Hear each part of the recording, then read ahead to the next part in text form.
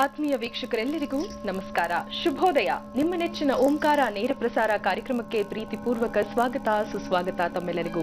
ಇಂದು ಸೋಮವಾರದಂದು ಈ ಪವಿತ್ರವಾದಂತಹ ದಿನದಂದು ಪಾರ್ವತಿ ಪರಮೇಶ್ವರನನ್ನ, ನಾವು ಪರಶಿವನನ್ನ, ಜಟಾಧರನನ್ನ ಸ್ಮರಿಸ್ತಾ ಕಾರ್ಯಕ್ರಮವನ್ನ ಆರಂಭಿಸುವ ಸಮಯ ಆಗಿದೆ. ಗುರುಗಳು ಕೂಡ ಆಗಮಿಸಿದ್ದಾರೆ. ಇಂದು ನಿಮ್ಮ ಜಾತಕದಲ್ಲಿ ನಿಮಗೆ ನಾಗದೋಷ ಇದೆಯಾ, ಸರ್ಪದೋಷ ಇದೆಯಾ, ಇದನ್ನ ಹೇಗೆ ಅರ್ಥಕೊಳ್ಳೋದು ಅನ್ನೋದ್ರ ಬಗ್ಗೆ ಗುರುಜಿಯವರು ಸಾಕಷ್ಟು ವಿಶೇಷವಾದಂತಹ ಮಾಹಿತಿಯನ್ನ ತಿಳಿಸ್ಕೊಡ್ಲಿದ್ದಾರೆ. ಬನ್ನಿ ಗುರುಗಳನ್ನ ಬರಮಾಡ್ಕೊಂಡ್ಬಿಡೋಣ. ಶ್ರೀಯುತರು ಖ್ಯಾತ ಜ್ಯೋತಿಷಿಗಳು, ಆಧ್ಯಾತ್ಮಿಕ ಧಾರ್ಮಿಕ ಚಿಂತಕರು, ಸದಾದೇವಿ ಔಪಾಸಕರಾಗಿರುವಂತಹ ಶ್ರೀಯುತರು ತೇಜೋಮಂದಿ ರಮಲಶಾಸ್ತ್ರ, ಸ್ವರಶಾಸ್ತ್ರದಲ್ಲಿ ಪ್ರಾವೀಣ್ಯತೆಯನ್ನ ಹೊಂದಿದ್ದಾರೆ. ತಂತ್ರವಿದ್ಯಾ ಪ್ರಾವೀಣರಾದಂತಹ ಜ್ಯೋತಿಷ್ಯರು ಇಂದು ನಮಗೆ ಸಾಕಷ್ಟು ವಿಶೇಷ ಮಾಹಿತಿಯನ್ನ ತಿಳಿಸ್ಕೊಡ್ಲಿಕ್ಕೆ ಅಂತ ಆಗಮಿಸಿದ್ದಾರೆ. ದೇವಿಶ್ರೀ ಮಹಾಸಂಸ್ಥಾನದ ಸಂಸ್ಥಾಪಕರು ಹಾಗೂ ದೇವಿಶ್ರೀ ಜ್ಯೋತಿ ಪತ್ರಿಕೆಯ ಪ್ರಧಾನ ಸಂಪಾದಕರು ಆದಂತಹ ಶ್ರೀ ದೇವಿಶ್ರೀ ಗುರುಜಿಯವರು. ಗುರುಜಿ, ಎಲ್ಲರ ಪರವಾಗಿ ಕಾರ್ಯಕ್ರಮಕ್ಕೆ ಆದರಪೂರ್ವಕ ನಮನಗಳು. ಬ್ರಹ್ಮೋಸ್ಮಿ. ಗುರುಜಿ, ಮೊದಲಿಗೆ ಈ ದಿನದ ಒಂದು ರಾಶಿಫಲ, ಅದಕ್ಕೂ ಮುಂಚೆ ಈ ದಿನದ ಪಂಚಾಂಗ ಶ್ರವಣ. ಶ್ರೀ ಗುರುಭ್ಯೋ ನಮಃ. ಹರಿ ಓಂ. ಏಕದಂತಾಯ ವಿದ್ಮಹೇ ವಕ್ರತುಂಡಾಯ ಧೀಮಹಿ ತನ್ನೋ ದಂತಿ ಪ್ರಚೋದಯಾತ್. ಓಂ ನಮೋ ರಾತಪತಯೇ ನಮೋ ಗಣಪತಯೇ ನಮಃ ಪ್ರಣಪತಯೇ ನಮಸ್ತೆ ಅಸ್ತು ಲಂಬೋದರಾಯ ಏಕದಂತ ವಿಘ್ನ ವಿನಾಶನೇ ಶ್ರೀವರದಾ ಶ್ರೀವರ್ಧಮೂರ್ತಯೇ ನಮೋ ನಮಃ. ಹರಿ ಓಂ. ಯಾ ದೇವಿ ಸರ್ವಭೂತೇಷು ಮಾತೃರೂಪೇಣ ಸಂಸ್ಥಿತಾಃ ನಮಸ್ತಸ್ಸೈ ನಮಸ್ತಸ್ಸೈ ನಮಸ್ತಸ್ಸೈ ನಮೋ ನಮಃ. ಮಾತೃದೇವತಭ್ಯೋ ನಮಃ, ಆಚಾರ್ಯದೇವತಭ್ಯೋ ನಮಃ, ಕುಲದೈವತಭ್ಯೋ ನಮೋ ನಮಃ, ಸರ್ವೇ ಜನಭ್ಯೋ ಮಹಾಜನಭ್ಯೋ ನಮೋ ನಮಃ. ಹರಿ ಓಂ. ಶ್ರೀ ವಿಜಯನಾಮ ಸಂವತ್ಸರ ಉತ್ತರಾಯಣ ಮಾಘ ಮಾಸ ಕೃಷ್ಣ ಪಕ್ಷ ದ್ವಿತೀಯ ಉಪರಿ ತೃತೀಯನ ಇರುತ್ತೆ. ದ್ವಿತೀಯ ಸುಕರ್ಮ ಯೋಗ ಗರಜಕರ್ಣ ಉತ್ತರ ಪಾಲ್ಗುಣಿ ನಕ್ಷತ್ರ ಸೋಮವಾಸರ. ಈ ದಿನದ ಸೂರ್ಯೋದಯ ಬೆಳಗ್ಗೆ 6:42 ಆಗಿದೆ. ಈ ದಿನದ ಸೂರ್ಯಾಸ್ತ 6:24 ಆಗಲಿದೆ. ಈ ದಿನದ ಸೂರ್ಯೋದಯದ ಪ್ರಕಾರವಾಗಿ ರಾಹುಕಾಲ ಪ್ರತಿ ಸೋಮವಾರ 7:30 ಪ್ರಾರಂಭ. ಆದರೆ ಈ ದಿನದ ಕಾಲಮಾನದ ಪ್ರಕಾರವಾಗಿ 8:10 ಪ್ರಾರಂಭ ಆಗುತ್ತೆ, 9:40 ಕೊನೆಯಾಗಲಿದೆ. ಇನ್ನು ಈ ದಿನದ ಅತ್ಯಂತ ಶುಭ ಮುಹೂರ್ತ ಮಧ್ಯಾಹ್ನ 12:10 12:55 ತನಕ ಇರತಕ್ಕಂಥದ್ದು. ಇನ್ನು ಈ ದಿನದ ದುರ್ಮುಹೂರ್ತ ಮಧ್ಯಾಹ್ನ 1 2:30 ಮತ್ತು 4 6 ಮಧ್ಯೆ. ಇವೆರಡು ದುರ್ಮುಹೂರ್ತಗಳಾಗಿರೋದ್ರಿಂದ ಯಾವುದೇ ಶುಭ ಸಮಾರಂಭಗಳು, ಶುಭ ಕೆಲಸಗಳು ಮಾಡ್ಕೋಬಾರ್ದು. ಮಾಡ್ಕೊಂಡ್ರೆ ಕರ್ಮ ಪ್ರಾಯಶಃ ಅನುಭವಿಸ್ಬೇಕಾಗತ್ತೆ. ಜಾಗ್ರತೆ ವಹಿಸಿ. ಆ ಸಮಯದಲ್ಲಿ ಯಾವ ರೀತಿ ನಾವು ಮಾಡಬೇಕು, ಯಾವ್ದನ್ನು ಮಾಡಬಾರ್ದು ಅನ್ನೋದು ಸ್ವಲ್ಪ ಮಟ್ಟಿಗೆ ಇದು ಮಾಡ್ಕೊಳ್ಳಿ. ಅಂತ ಕಾಲಾವಕಾಶ ಸಿಕ್ಕಿಲ್ಲ ಅಂದ್ರೆ ಮುಂದಿನ ದಿನಗಳಿಗೆ ಮುಂದೂಡ್ಕೊಳ್ಳಿ, ತುಂಬಾ ಒಳ್ಳೆಯದು. ಈ ದಿನದ ಒಂದು ವಿಶೇಷ, ಪೂರ್ವ ಪಾಲ್ಗುಣಿ ನಕ್ಷತ್ರದಲ್ಲಿ ಚಂದ್ರನು ಸ್ಥಿತನಾಗಿ ಕೂತಿದ್ದಾನೆ. ಚಂದ್ರ ಪೂರ್ವ ಪಾಲ್ಗುಣಿ ನಕ್ಷತ್ರದಲ್ಲಿದ್ರೆ ಯಾವ ಯಾವ ರಾಶಿಯವರಿಗೆ ಏನು ಫಲ? ಮೊದಲಿಗೆ ಮೇಷರಾಶಿ.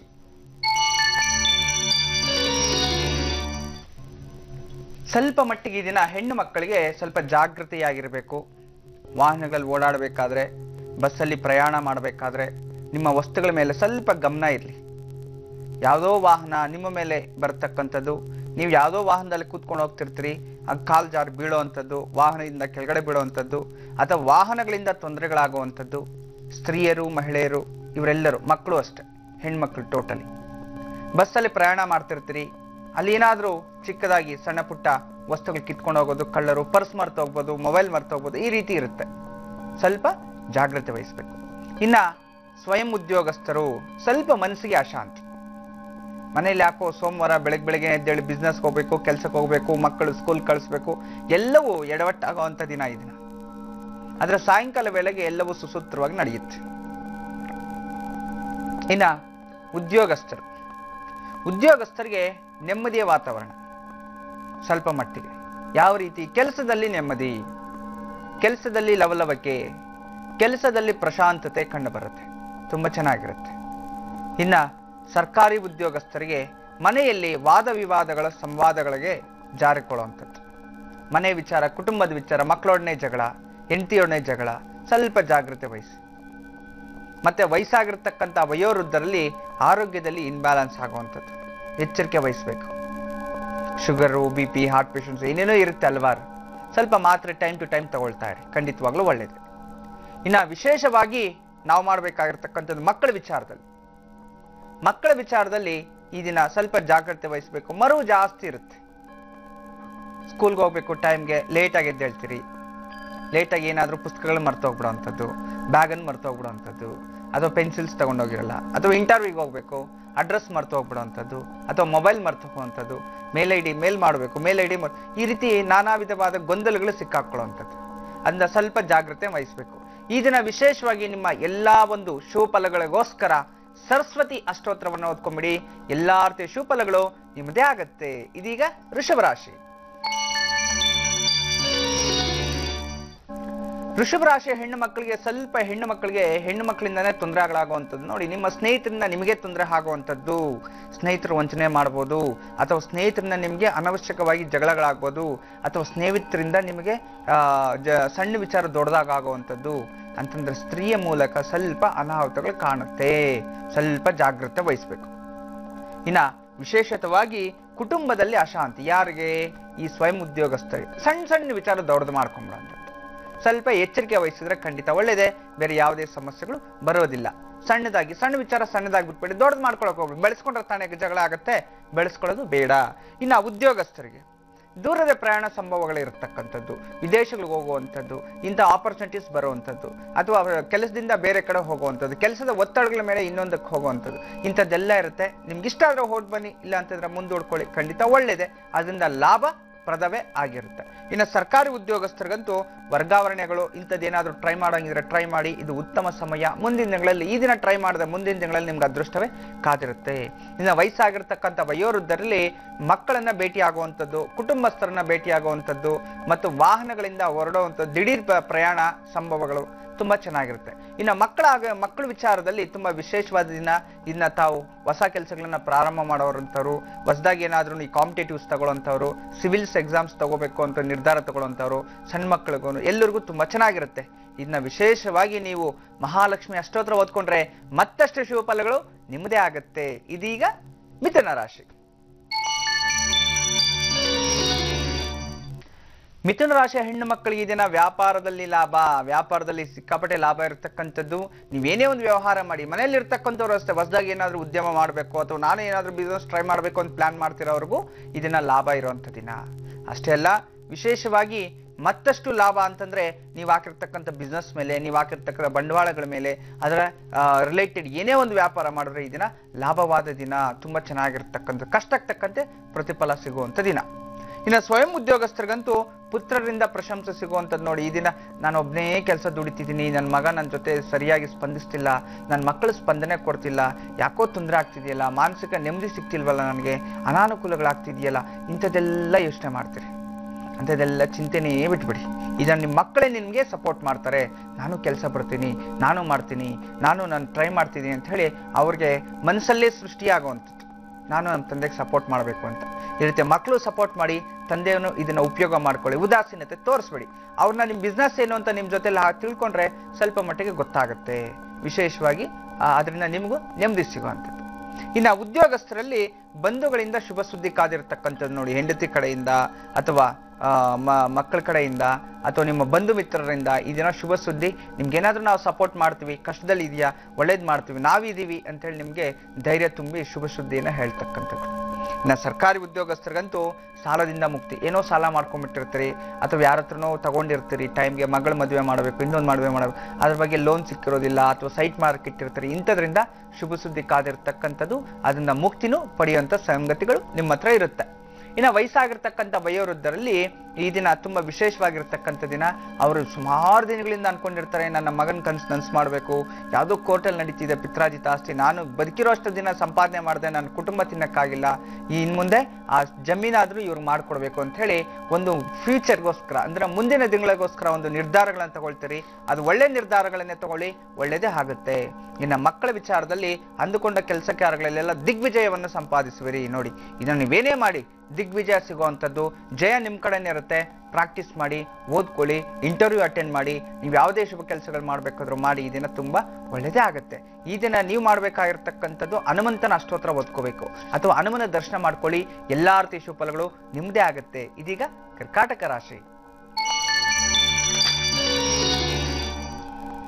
ಕರ್ಕಾಟಕ ರಾಶಿಯವರಿಗೆ ಈ ದಿನ ಎಲ್ಲಾ ಕ್ಷೇತ್ರಗಳಲ್ಲಿ ಅಧಿಕ ಲಾಭ ಪಡೆಯುವಂಥದ್ದು ನೋಡಿ. ಹೆಣ್ಮಕ್ಳಿಗೆ ಈ ದಿನ ನೀವು ಯಾವುದೇ ಕ್ಷೇತ್ರದಲ್ಲಿರಲಿ, ರಾಜಕೀಯದಲ್ಲಿ ಇರ್ಬೋದು, ಅಥವಾ ಸ್ವಂತ ಉದ್ಯಮ ನಡೆಸ್ತಿರ್ಬೋದು, ಅಥವಾ ಮನೆಯಲ್ಲೇ ಮಕ್ಕಳನ್ನ ಇಟ್ಕೊಂಡು ಆಟ ಆಡಿಸುವಂಥದ್ದು ಇರ್ಬೋದು, ಮನೆ ಕೆಲಸ ಮಾಡೋರು ಇರ್ಬೋದು, ಯಾವುದಾದ್ರೂ ಮಾಡಿ ನೀವು ಹೆಣ್ಣು ಮಕ್ಕಳು ಯಾವುದೇ ಕೆಲಸ ಮಾಡೋರ್ಗೂ ದಿನ ಉತ್ತಮವಾದ ಲಾಭ ಸಿಗುವಂಥದ್ದು, ಪ್ರಶಂಸೆ ಸಿಗುವಂಥದ್ದು, ನಿಮ್ಮ ಕೆಲಸದಲ್ಲಿ ನಿಮಗೆ ನೆಮ್ಮದಿಯನ್ನ ಕಾಣುವಂಥ ದಿನ ಆಗಿದೆ. ಇದನ್ನ ಉಪಯೋಗ ಮಾಡ್ಕೊಳ್ಳಿ. ಎಲ್ಲ ಹೆಣ್ಣು ಮಕ್ಕಳು ತುಂಬಾ ಒಳ್ಳೆಯದೇ ಆಗುತ್ತೆ.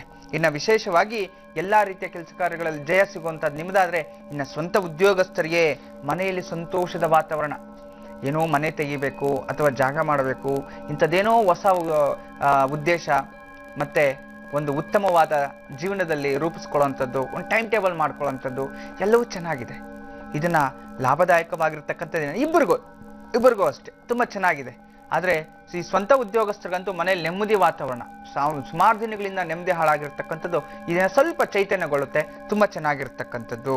ಮತ್ತು ಈ ಒಂದು ಉದ್ಯೋಗಸ್ಥರಿಗೆ ಸಂತೋಷದ ವಾತಾವರಣ, ಕೆಲಸದಲ್ಲಿ ಚಂಚಲತೆ ಬಿಟ್ಬಿಟ್ಟು ಈ ದಿನ ನಾನು ಮಾಡಬೇಕು, ನಾನು ತಗೊಳ್ತೀನಿ, ಏನೋ ಒಂದು ಲವಲವಿಕೆಯಿಂದ ಕೆಲಸವನ್ನ ಪರಿಪೂರ್ಣವಾಗಿ ಮಾಡ್ತೀರಿ. ಮತ್ತೆ ಸರ್ಕಾರಿ ಉದ್ಯೋಗಸ್ಥರಿಗೆ ಇಷ್ಟ ವಸ್ತು ಖರೀದಿ ಅಂತ ಹೇಳ್ತಿದ್ದೆ. ಈ ದಿನ ನಿಮ್ಮ ಇಷ್ಟ ವಸ್ತುಗಳನ್ನ ಕೊಂಡ್ಕೊಳ್ಳೋವಂಥದ್ದು ಏನಾದರೂ ಸರಿ, ಒಂದು ಆಭರಣ ಆಗ್ಬೋದು, ಜಾಗ ಆಗ್ಬೋದು, ಸೈಟ್ ಆಗ್ಬೋದು, ಇನ್ವೆಸ್ಟ್ಮೆಂಟ್ ಮಾಡ್ತೀನಿ ಅನ್ನೋರು ಉತ್ತಮ ನಿರ್ಧಾರ ತಗೊಳ್ಳಿ, ಖಂಡಿತ ಒಳ್ಳೇದೇ ಆಗುತ್ತೆ. ಮತ್ತೆ ವಯಸ್ಸಾಗಿರ್ತಕ್ಕಂಥವ್ರಿಗೆ ಇದು ಅಮೃತವೇ ದಿನ ಅಂತಂದ್ರೆ ನೋಡಿ, ದೀರ್ಘಕಾಲದ ರೋಗಗಳು ಶಮನ ಆಗುವಂಥ ದಿನ ಆಗಿದೆ, ತುಂಬಾ ಚೆನ್ನಾಗಿದೆ. ಇನ್ನು ಸಣ್ಣ ಮಕ್ಕಳದಲ್ಲಿ ಈ ದಿನ ವಿದ್ಯಾಭ್ಯಾಸದಲ್ಲಿ ಪ್ರಗತಿಯನ್ನು ಹೊಂದಿವಿರಿ, ತುಂಬಾ ಚೆನ್ನಾಗಿರ್ತಕ್ಕಂಥದ್ದು. ಹೊಸ ಉದ್ಯೋಗ, ಹೊಸ ವ್ಯಾಪಾರ ಏನಾದರೂ ಟ್ರೈ ಮಾಡೋಂಗಿದ್ರೆ ಮಕ್ಕಳು, ಹೊಸ ಕಾಲೇಜು ಮತ್ತೊಂದು ಏನಾದರೂ ಮಾಡಬೇಕು ಅಂತಿದ್ರೆ ಖಂಡಿತ ಟ್ರೈ ಮಾಡಿ. ನಿಮ್ಮ ಹೆಸರಲ್ಲಿ ಏನಾದರೂ ಕೊಂಡ್ಕೋಬೇಕಿದ್ರೆ ಕೊಂಡ್ಕೊಳ್ಳಿ, ಎಲ್ಲ ಶುಭವೇ ಆಗುತ್ತೆ. ಈ ದಿನ ವಿಶೇಷವಾಗಿ ನೀವು ಮಾಡಬೇಕಾಗಿರೋದು ಹನುಮಂತನ ಅಷ್ಟೋತ್ರ, ಶಿವನ ಅಷ್ಟೋತ್ರ, ಇವೆರಡನ್ನ ಓದ್ಕೊಳ್ಳಿ ಅಥವಾ ಶಿವನ ದರ್ಶನ ಮಾಡಿ ಅಥವಾ ಹನುಮಂತ ದರ್ಶನ ಮಾಡಿ. ಎಲ್ಲಾ ರೀತಿಯ ಶುಭ ಫಲಗಳು ನಿಮ್ಮದೇ ಆಗುತ್ತೆ. ಇದೀಗ ಸಿಂಹರಾಶಿ. ಸಿಂಹರಾಶಿಯವರು ಸ್ವಲ್ಪ ಜಾಗೃತೆ ಇರಬೇಕು. ನಿಮ್ಮನ್ನ ಮೋಸ ಮಾಡುವಂಥವ್ರು ಅಥವಾ ಕಳ್ಳರು ಅಥವಾ ಸುತ್ತಮುತ್ತಲು ಇರತಕ್ಕಂಥವ್ರು ನಿಮ್ಮನ್ನ ವಂಚನೆ ಮಾಡಲಿಕ್ಕೆ ಪ್ರಾರಂಭ ಮಾಡ್ತಾರೆ ಅಥವಾ ಬ್ಲಾಕ್ ಮೇಲ್ ಮಾಡಕ್ಕೆ ಟ್ರೈ ಮಾಡ್ತಾರೆ. ಸ್ವಲ್ಪ ಜಾಗೃತೆನೇ ವಹಿಸಬೇಕು. ಹೆಣ್ಮಕ್ಳು ಆದಷ್ಟು ಎಚ್ಚರಿಕೆ ವಹಿಸಿ. ಮತ್ತು ಸ್ವಯಂ ಉದ್ಯೋಗಸ್ಥರಿಗೆ ಹಿರಿಯ ವ್ಯಕ್ತಿಗಳಿಂದ ಸ್ವಲ್ಪ ಕಿರುಕುಳ ಆಗುತ್ತೆ. ಸ್ವಲ್ಪ ದೊಡ್ಡವರು ಏನೋ ಬಂಧು ಮಿತ್ರರು ನಿಮಗೆ ಬುದ್ಧಿ ಹೇಳಕ್ ಬರೋದು ಅಥವಾ ಅವರೇನೋ ಇದು ಮಾಡೋವಂಥದ್ದು, ಸ್ವಲ್ಪ ಎಚ್ಚರಿಕೆ ವಹಿಸಬೇಕು. ಮತ್ತು ಈ ಒಂದು ಉದ್ಯೋಗಸ್ಥರಿಗೆ ಚಂಚಲ ಮನಸ್ಸು, ಚಂಚಲ ಸ್ವಭಾವ ಆಗುವಂಥದ್ದು, ಸ್ವಲ್ಪ ಜಾಗೃತೆ ವಹಿಸಬೇಕಾಗತ್ತೆ. ಇನ್ನ ಸರ್ಕಾರಿ ಉದ್ಯೋಗಸ್ಥರಿಗೆ ಮನೆಯಲ್ಲಿ ಶುಭ ಸಮಾರಂಭಗಳು ಬ್ರೇಕ್ ಆಗುವಂಥದ್ದು, ಇಂಥದ್ರ ಮೇಲೆ ಸ್ವಲ್ಪ ಜಾಗೃತೆ ವಹಿಸಿ.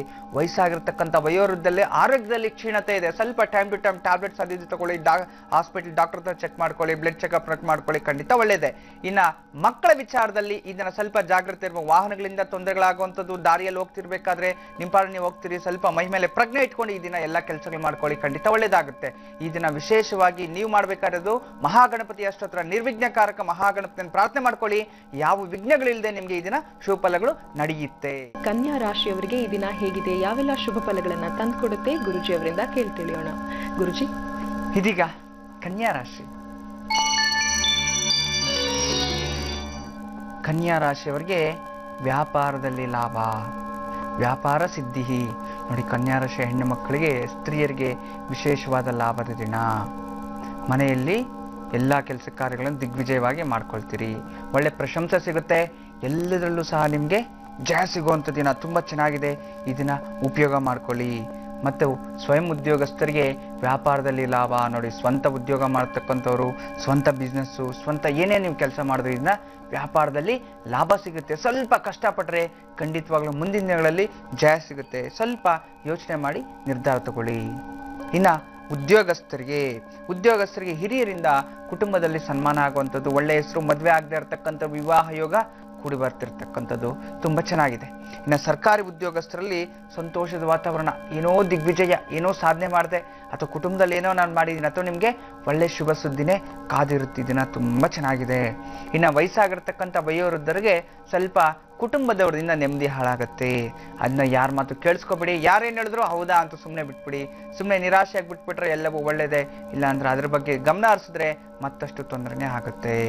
ಇನ್ನು ಮಕ್ಕಳಲ್ಲಿ ನೋಡಿ, ಮಕ್ಕಳಿಗೆ ಏನಾಗುತ್ತೆ, ವಿಶೇಷವಾಗಿ ಮಕ್ಕಳ ವಿಚಾರದಲ್ಲಿ ತುಂಬ ನೆಮ್ಮದಿ ಹಾಳಾಗುವಂಥದ್ದು, ಮಕ್ಕಳು ಅಲ್ಪಜ್ಞಾನಿಗಳಾಗ್ತಿದ್ದಾರೆ ಅಥವಾ ಕೆಟ್ಟ ಯೋಚನೆಗಳು, ಕೆಟ್ಟ ನಿರ್ಧಾರಗಳು ತಗೊಳ್ಳುವಂಥದ್ದು ನೋಡಿ. ಅತಿ ಭೋಗದಿಂದ, ಅತಿ ಆಸೆಯಿಂದ ದುಶ್ಚಟಗಳಿಗೊಳಗಾಗುವಂಥದ್ದು, ದುರುದ್ದೇಶಗಳಿಗೊಳಗಾಗುವಂಥದ್ದು, ಅಂದರೆ ಕೆಟ್ಟ ಯೋಚನೆಗಳನ್ನು ಬಂದ್ಬಿಡುತ್ತೆ. ಅದನ್ನ ಕೆಟ್ಟ ಯೋಚನೆಗಳು ಬರಬಾರ್ದು, ಯಾವುದೇ ರೀತಿಯ ಒಳ್ಳೇದೇ ಆಗಬೇಕು, ನಮಗೆ ಯಾವುದು ತೊಂದರೆಗಳಾಗಬಾರ್ದು ಅನ್ನೋ ದೃಷ್ಟಿಯಲ್ಲಿ ಈ ದಿನ ನೀವು ಸುಬ್ರಹ್ಮಣ್ಯ ಸ್ವಾಮಿ ಆರಾಧನೆ ಮಾಡಿ. ಸುಬ್ರಹ್ಮಣ್ಯ ಸ್ವಾಮಿ ಆರಾಧನೆ ಮಾಡೋದ್ರಿಂದ ಎಲ್ಲ ರೀತಿಯ ಶುಭಫಲಗಳು ನಿಮ್ಮದೇ ಆಗುತ್ತೆ. ಇದೀಗ ವಿಶೇಷವಾಗಿ ತುಲಾರಾಶಿ. ತುಲಾರಾಶಿಯವರಿಗೆ ಈ ದಿನ ಸ್ವಲ್ಪ ಅಧಿಕ ಖರ್ಚು, ಸ್ವಲ್ಪ ನಷ್ಟದ ದಿನ, ಇಂದ ಸ್ವಲ್ಪ ಜಾಗೃತಿ ವಹಿಸಬೇಕು. ಮತ್ತೆ ವಿಶೇಷವಾಗಿ ಹೆಣ್ಣು ಮಕ್ಕಳು ಯಾರಿಗಾದ್ರೂ ದುಡ್ಡು ಕೊಟ್ಟರೆ ಅದು ವಾಪಸ್ ಬರೋದಿಲ್ಲ, ಸ್ವಲ್ಪ ದುಡ್ಡು ಕೊಡಬೇಕು, ಅಥವಾ ನಾನು ಸಾಲ ಮಾಡ್ತೀನಿ ಬೇರೆಯವ್ರ ಮುಂದೆ ಹೋಗಿ ಕೊಡಿಸ್ತೀನಿ ಅಂದರೆ ಅಂಥದ್ದು ಏನು ಮಾಡ್ಕೊಳಕ್ಕೆ ಹೋಗ್ಬಿಡಿ, ಸ್ವಲ್ಪ ಜಾಗ್ರತೆ ವಹಿಸಿ. ಇನ್ನು ಸ್ವಂತ ಉದ್ಯಮ ಮಾಡತಕ್ಕಂಥವ್ರು ಷೇರು ಮಾರ್ಕೆಟಲ್ಲಿ ಏನಾದರೂ ನೀವು ಇನ್ವೆಸ್ಟ್ಮೆಂಟ್ ಮಾಡಿದರೆ ತುಂಬ ಲಾಸ್ ಆಗುವಂಥದ್ದು, ಜಾಸ್ತಿ ಇನ್ವೆಸ್ಟ್ಮೆಂಟ್ ಮಾಡೋಕ್ಕೆ ಹೋಗ್ಬಿಡಿ, ಸ್ವಲ್ಪ ಎಚ್ಚರಿಕೆಯನ್ನು ವಹಿಸಬೇಕು. ಮತ್ತು ಆರೋಗ್ಯದಲ್ಲಿ ನೋಡಿ, ಈ ಒಂದು ಉದ್ಯೋಗಸ್ಥರಿಗೆ ಆರೋಗ್ಯದಲ್ಲಿ ಸ್ವಲ್ಪ ಚೇತರಿಕೆ ಆಗುವಂಥದ್ದು ತುಂಬ ಚೆನ್ನಾಗಿರುತ್ತೆ. ಆರೋಗ್ಯದಲ್ಲಿ ಉತ್ತಮ ಪ್ರಗತಿಯನ್ನು ಕಾಣುವಿರಿ. ಇನ್ನು ಸರ್ಕಾರಿ ಉದ್ಯೋಗಸ್ಥರಿಗೆ ಮನೆಯಲ್ಲಿ ಮಕ್ಕಳಿಂದ ಶುಭ ಸುದ್ದಿ. ಮಕ್ಕಳು ಹಾಳಾಗೋಗ್ತಿದ್ದಾರೆ, ನಾನು ಎಷ್ಟು ದುಡಿದ್ರೂ ನೆಮ್ಮದಿ ಇಲ್ಲ, ಮಕ್ಕಳಿಂದ ಸ್ವಲ್ಪ ಕಷ್ಟದ ದಿನವೇ ಅಂತಿದ್ರೆ ಮಕ್ಕಳಿಂದ ಪ್ರಶಂಸೆ ಸಿಗೋದು, ಅವ್ರ ಜೀವನದಲ್ಲಿ ನಾನೇನಾದರೂ ಮಾಡಿಕೊಟ್ಟಾಗ ಅವರು ಅದರಿಂದ ಒಳ್ಳೆ ಫಲ ತಂದಾಗ ನಿಮ್ಮ ಗುಡ್ ನ್ಯೂಸ್ ತರ್ತಾರೆ. ಈ ದಿನ ಚಿಂತಿಸಿ ಪ್ರಯೋಜನವಿಲ್ಲ, ಏನಾದರೂ ಶುಭನೇ ತರ್ತಾರೆ, ಅದರಿಂದ ಸ್ವಲ್ಪ ನೆಮ್ಮದಿ ಅನಿಸುತ್ತೆ ನಿಮಗೆ. ಇನ್ನು ವಯಸ್ಸಾಗಿರ್ತಕ್ಕಂಥ ವಯೋವೃದ್ಧರಿಗೆ ಈ ದಿನ ತುಂಬ ವಿಶೇಷವಾದ ದಿನ. ಇಷ್ಟ ವಸ್ತುಗಳು ಖರೀದಿ ಅಂತ ಹೇಳ್ತಿದ್ದೀವಿ ನೋಡಿ. ವಯಸ್ಸಾಗಿರ್ತಕ್ಕಂಥ ವಯೋವೃದ್ಧರು ಅವ್ರಿಗೆ ಬೇಕಾಗಿರೋಂಥ ವಸ್ತುಗಳು, ವಯಸ್ಸಾಗಿರೋ ಜೀವನದಲ್ಲಾದರೂ ನಾವು ಸ್ವಲ್ಪ ದಿನ ಇರೋ ದಿನ ನೆಮ್ಮದಿಯಾಗಿದ್ಬೇಡ ಅಂತ ಹೇಳಿ ಖರೀದಿ ಮಾಡೋವಂಥದ್ದು, ಅಥವಾ ಯಾರಿಗಾದ್ರೂ ದಾನ ಧರ್ಮ ಮಾಡೋವಂಥದ್ದು, ವೃದ್ಧಾಶ್ರಮಗಳು ಭೇಟಿ ಕೊಡುವಂಥದ್ದು, ಇಂಥದ್ದೇನೋ ಸ್ವಂತ ಒಂದು ಪ್ಲಾನ್ ಮಾಡ್ತಿದ್ದೀವಿ. ಧಾರ್ಮಿಕ ಕ್ರಿಯೆಗಳಲ್ಲಿ ಆಸಕ್ತಿ ಜಾಸ್ತಿ ಇರುತ್ತೆ. ಒಳ್ಳೆಯದೇ ಮಾಡಿ, ಖಂಡಿತ ಒಳ್ಳೆ ಫಲಗಳನ್ನು ಅನುಭವಿಸ್ತೀರಿ.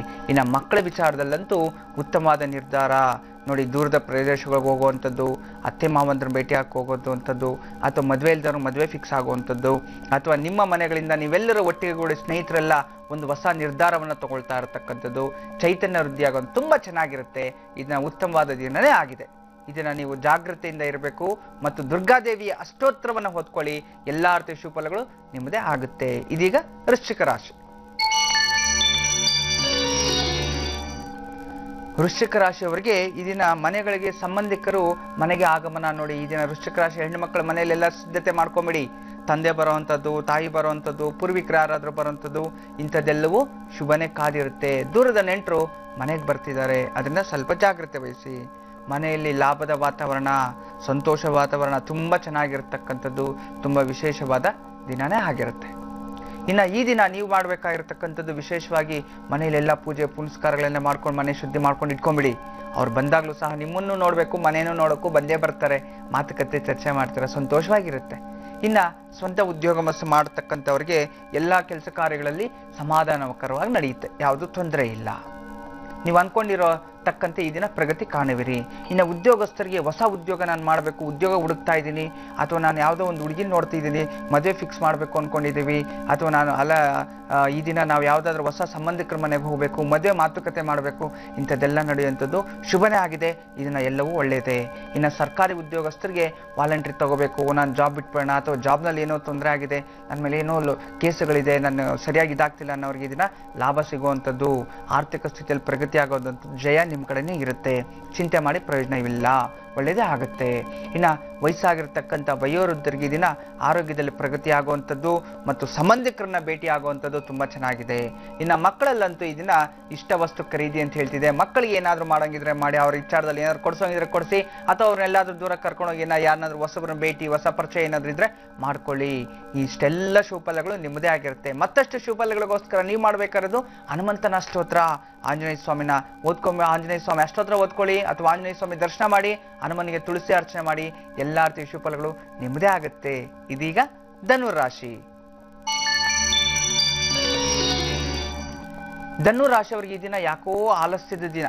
ಈ ದಿನ ಸ್ವಲ್ಪ ಮಂಕು, ಮಂಕಾಗಿರ್ತೀರಿ, ಅಥವಾ ಆರೋಗ್ಯದಲ್ಲಿ ಯಾಕೋ ಏನು ಕೆಲಸ ಮಾಡೋಕ್ಕೂ ಇಂಟ್ರೆಸ್ಟ್ ಇರೋದಿಲ್ಲ, ಕೆಲ್ಸಕ್ಕೆ ಹೋಗೋದು ಇಂಟ್ರೆಸ್ಟ್ ಇಲ್ಲ, ಯಾಕೆ ಕೆಲ್ಸಕ್ಕೆ ಈ ದಿನ ರಜಾ ತಗೊಳ್ಳೋಣ, ಈ ರೀತಿ ಸೋಂಬೇರಿ ಆಗೋವಂಥ ದಿನ. ಮಧ್ಯಾಹ್ನದ ಮೇಲೆ ಎಲ್ಲವೂ ಸರಿಯಾಗುತ್ತೆ.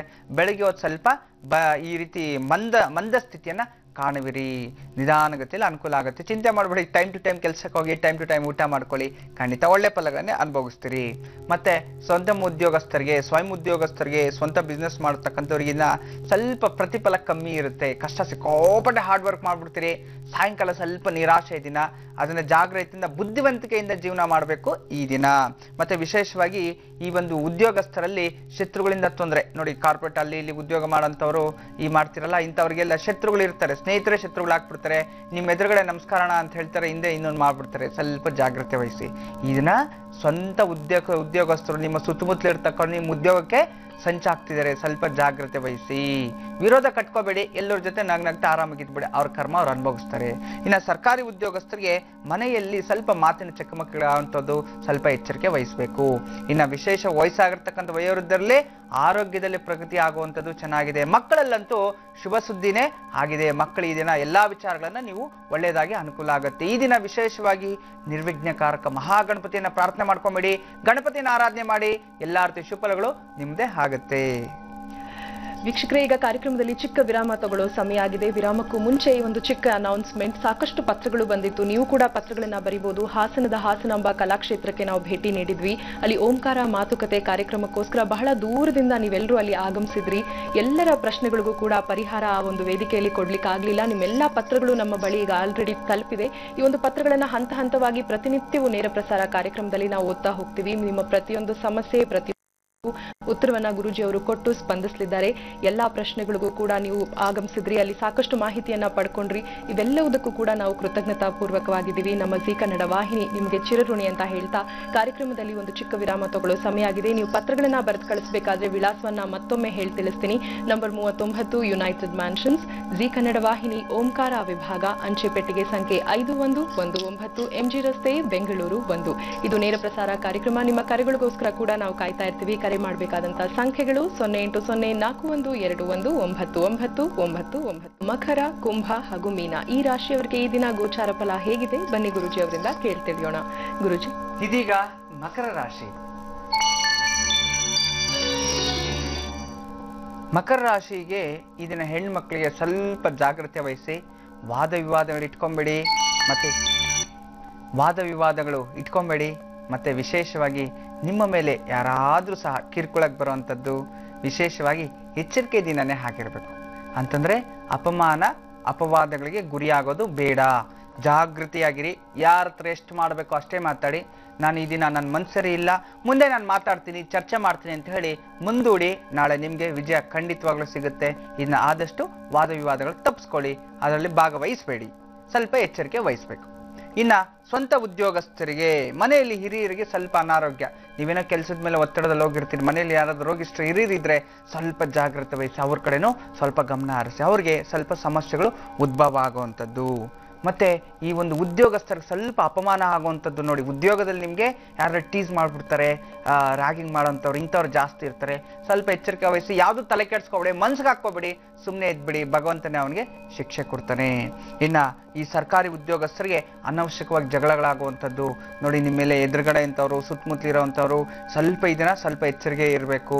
ಇದನ್ನ ನಿಮ್ಮ ಸುತ್ತಮುತ್ತಲು ಇರ್ತಕ್ಕಂಥವ್ರಿಗೆ ನಿಮಗೆ ಜಗಳವನ್ನ ತಂದಿಡುವಂಥದ್ದು, ಬೇಕು ಅಂತ ನೋಡೋಣ ಪರೀಕ್ಷೆ ಮಾಡೋಂಥ ಜಗಳಕ್ಕೆ ಪಡುವಂಥದ್ದು, ನಿಮ್ಮ ಮೇಲೆ ಅಪವಾದಗಳು ಅವಮಾನಗಳು ಮಾಡುವಂಥದ್ದು, ಅನವಶ್ಯಕವಾಗಿ ಕೆಟ್ಟ ಹೆಸರು ತರಬೇಕು ಅಂತ ಹೇಳಿ ಹುನ್ನಾರವನ್ನು ಹಾಕ್ತಿರೋ ಎಚ್ಚರಿಕೆ ವಹಿಸ್ಬಿಡಿ.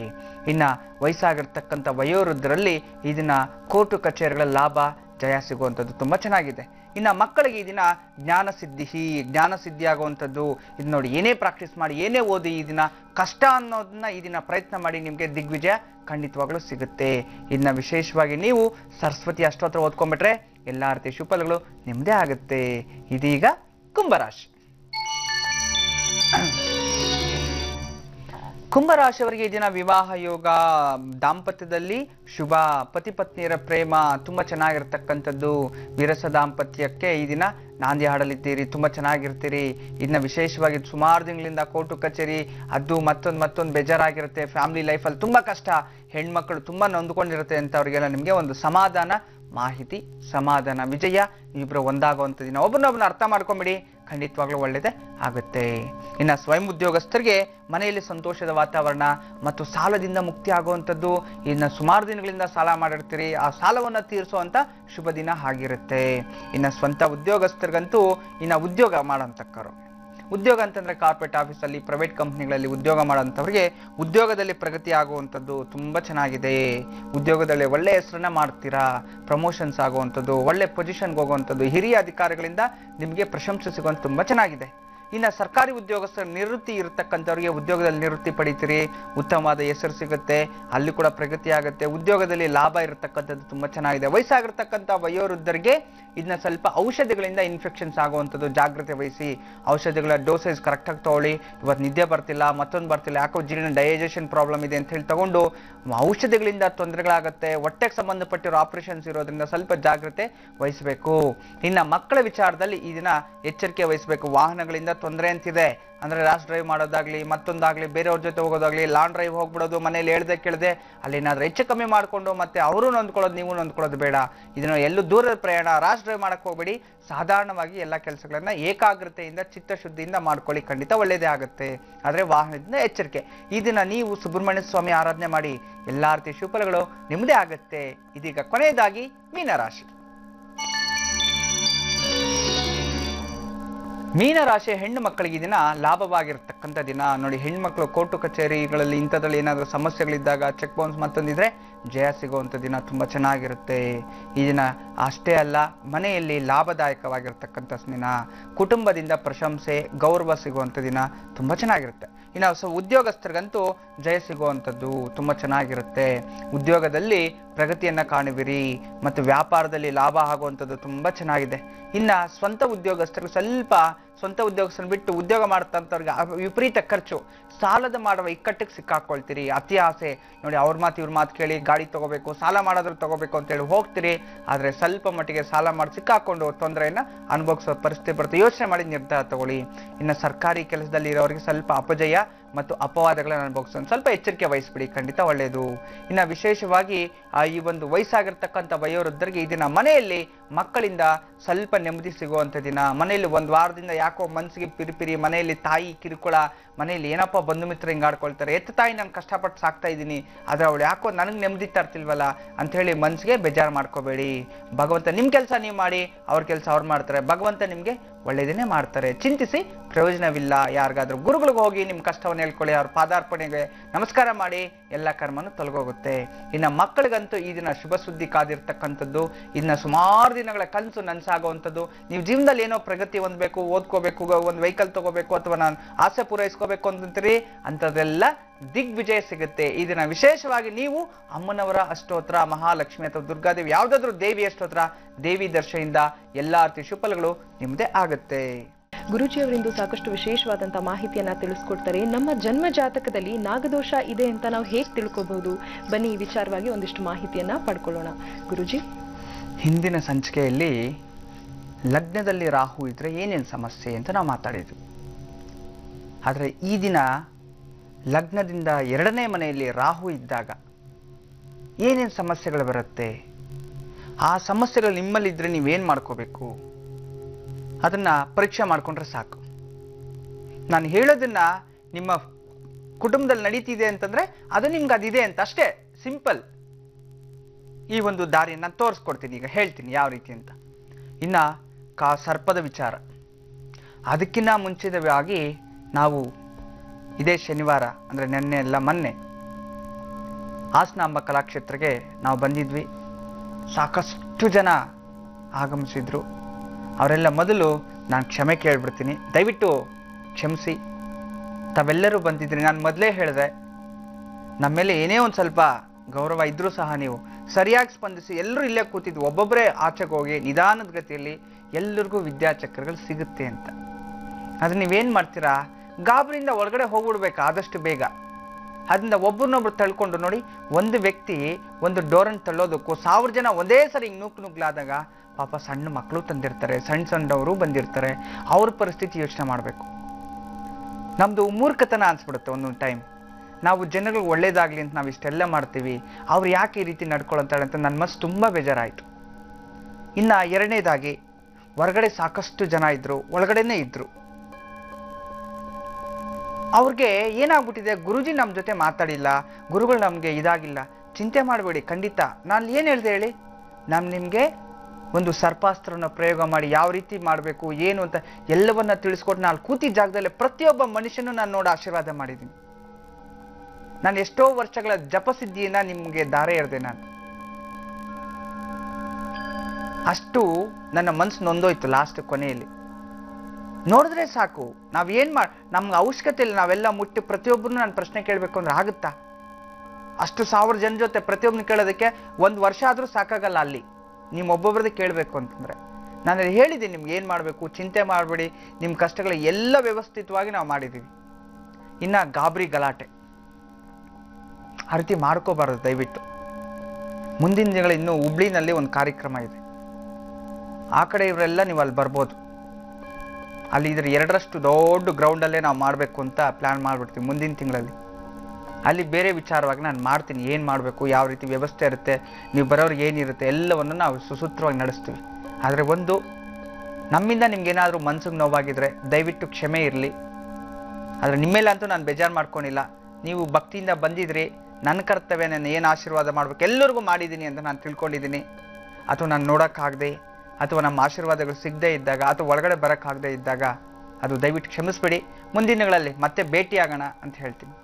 ಇನ್ನು ಮುಂದೆ ವಿದ್ಯಾಚಕ್ರ ಅಲ್ಲಿ ತಗೊಳಕ್ಕಾಗಿಲ್ಲ ಅಂತ ಏನು ಬೇಜಾರು ಮಾಡ್ಕೋಬೇಡಿ. ನಾಳೆಯಿಂದ ನಿಮ್ಗೊಂದು ಸುವರ್ಣಾವಕಾಶ. ಏನಪ್ಪ, ಎಕ್ಸಾಕ್ಟ್ ನಮ್ಮ ಕಾರ್ಯಕ್ರಮ 8 ಗಂಟೆಗೆ ಸ್ಟಾರ್ಟ್ ಆಗುತ್ತೆ. ನಿಮ್ಗೆ ಗೊತ್ತಿದೆ, 8 ಗಂಟೆ ಪ್ರಾರಂಭ ಆಗಿದ ತಕ್ಷಣ ಮೊದಲು ಪಂಚಾಂಗ ಶ್ರವಣ.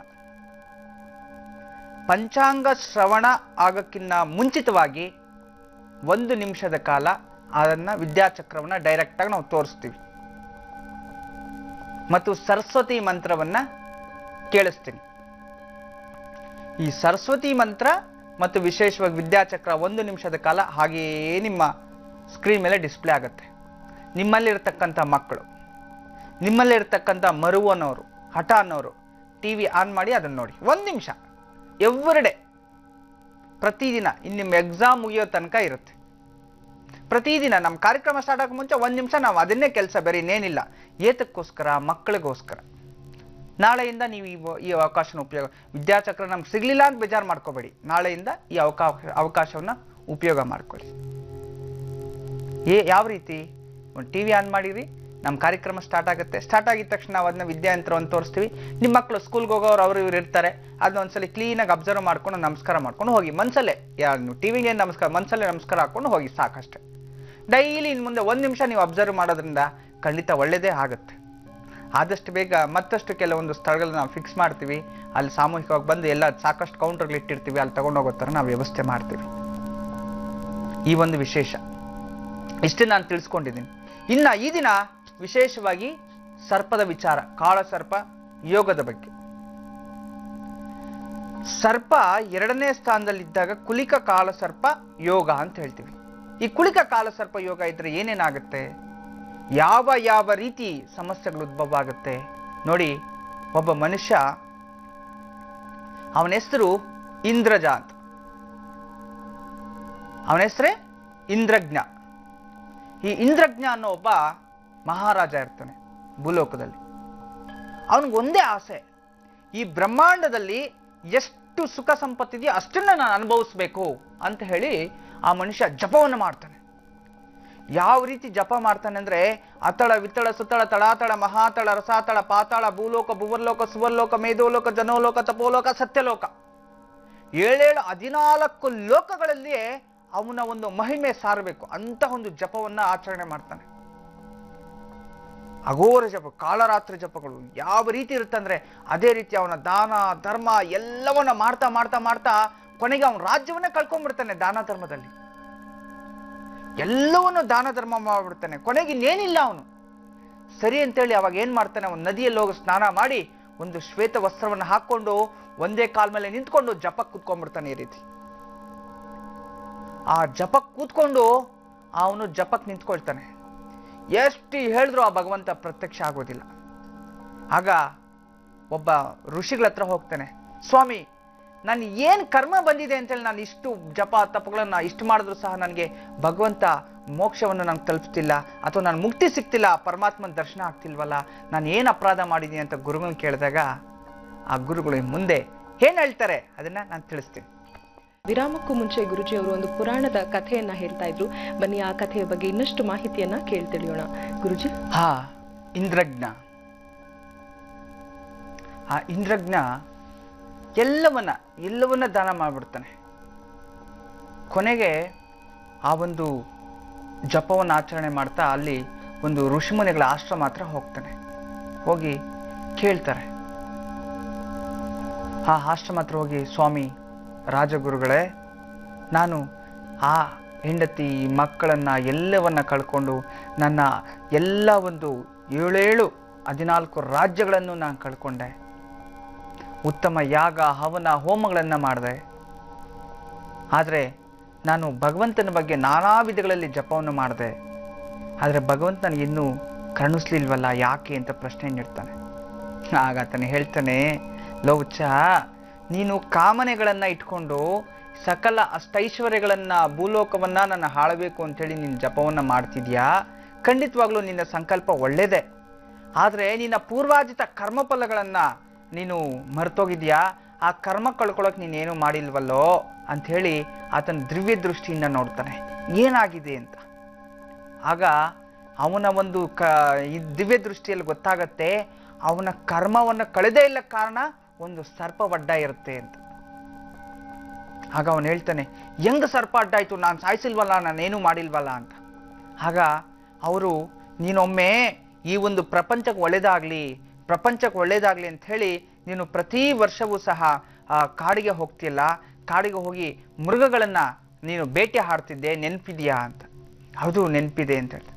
ಆಗ ರಥದಲ್ಲಿ ಹೋಗ್ಬೇಕಾದ್ರೆ ದಾರಿಯಲ್ಲಿ ಒಂದು ನೀರನ್ನ ಸೇವಿಸ್ತಾ ಇರತಕ್ಕಂತಹ ಒಂದು ಸರ್ಪದ ಮೇಲೆ ನಿನ್ನ ರಥದ ಚಕ್ರ ಹಾರಿದೆ. ಆ ಚಕ್ರವ ಹಾರಿದ ನಂತರ ನಿನಗೆ ಎಷ್ಟು ಕರ್ಮ ಹೋಗಲಿಕ್ಕೆ, ನಿನ್ನ ಹೆಂಡತಿ ಮಕ್ಕಳು ನಿನ್ನ ಆಸ್ತಿ ಎಲ್ಲವೂ ಹೋಗಿದ್ದ ಆ ಸರ್ಪಶಾಪದಿಂದ ಅಂತ. ಅಂದ್ರೆ ನೋಡಿ, ಆ ಮಹಾರಾಜನ್ ಗೊತ್ತಿಲ್ಲ, ಮಹಾರಾಜ ಒಳಗಡೆ ಕೂತಿದ್ದಾನಷ್ಟೇ. ಅಲ್ಲಿ ಮೇಲೆ ಮುಂದೆ ಒಬ್ಬ ಆ ಒಂದು ಸರ್ಪ ಆ ಒಂದು ರಥವನ್ನ ಸಾರಥಿ ಓಡಿಸ್ಕೊಂಡು ಹೋಗ್ತಿರ್ತಾನೆ. ಅವನ ಪಾಡ್ಗೆ ಇವನು ಕೂತ್ಕೊಂಡು ಹೋಗಿದ್ದಾನೆ ಅಷ್ಟೇ.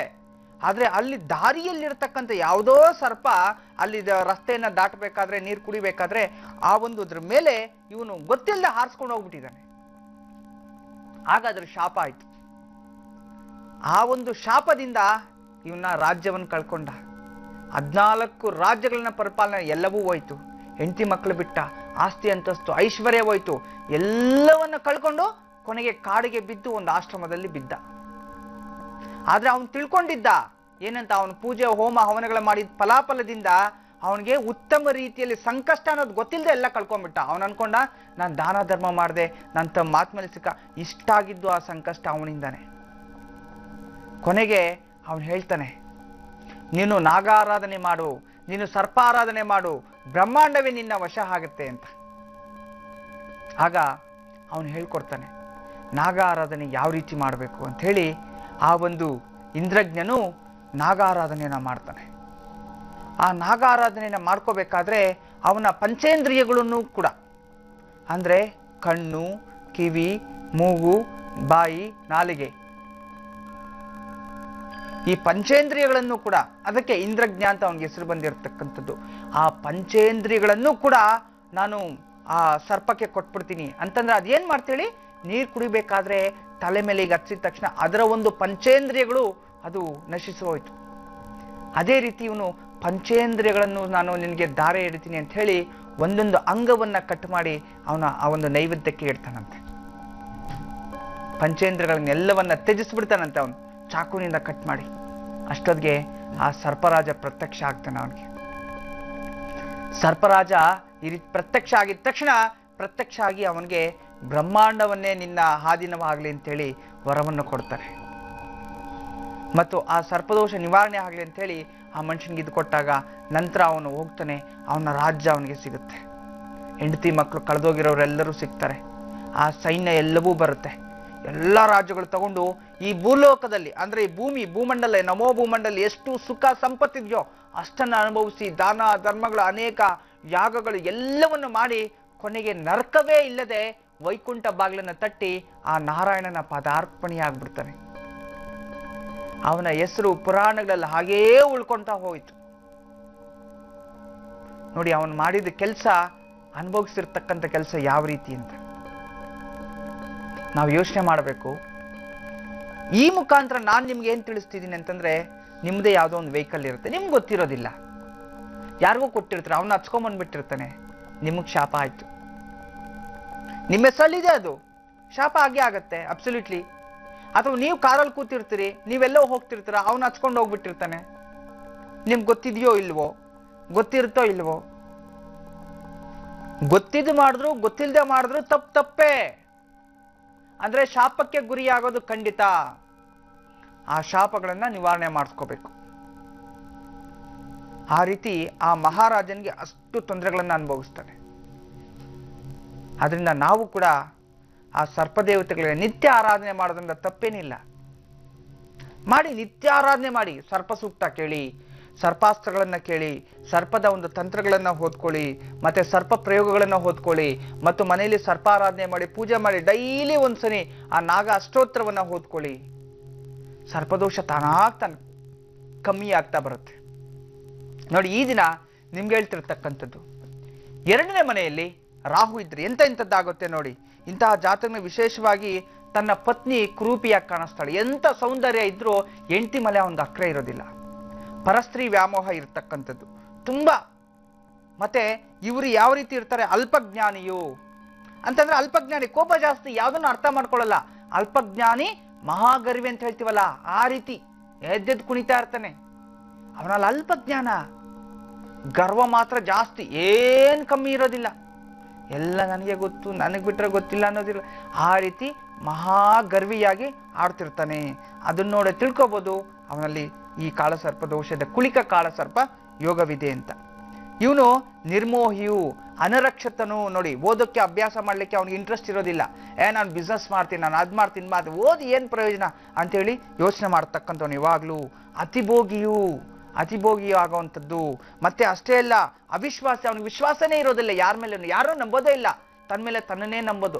ಅವ್ನು ಸರಿ ಇಲ್ಲ, ಅವ್ನು ಹೇಳ್ತಾ ಇವನ ಹತ್ರ ಹೋಗೋದು, ಹೌದಾ ನನಗೆ ಈ ರೀತಿ ಹೇಳಿದ್ರು ಏನ್ ಸಮಾಚಾರ ಅನ್ನೋದು. ಇನ್ನೊಬ್ನ ಹತ್ರ ಹೋಗೋದು, ಅವನ ಹತ್ರ, ಹೌದಾ ಅವನು ಹಂಗೆ ಹೇಳ್ಬಿಟ್ಟ ನಿನ್ ಮೇಲೆ ಏನ್ ಸಮಾಚಾರ ಅನ್ನೋದು.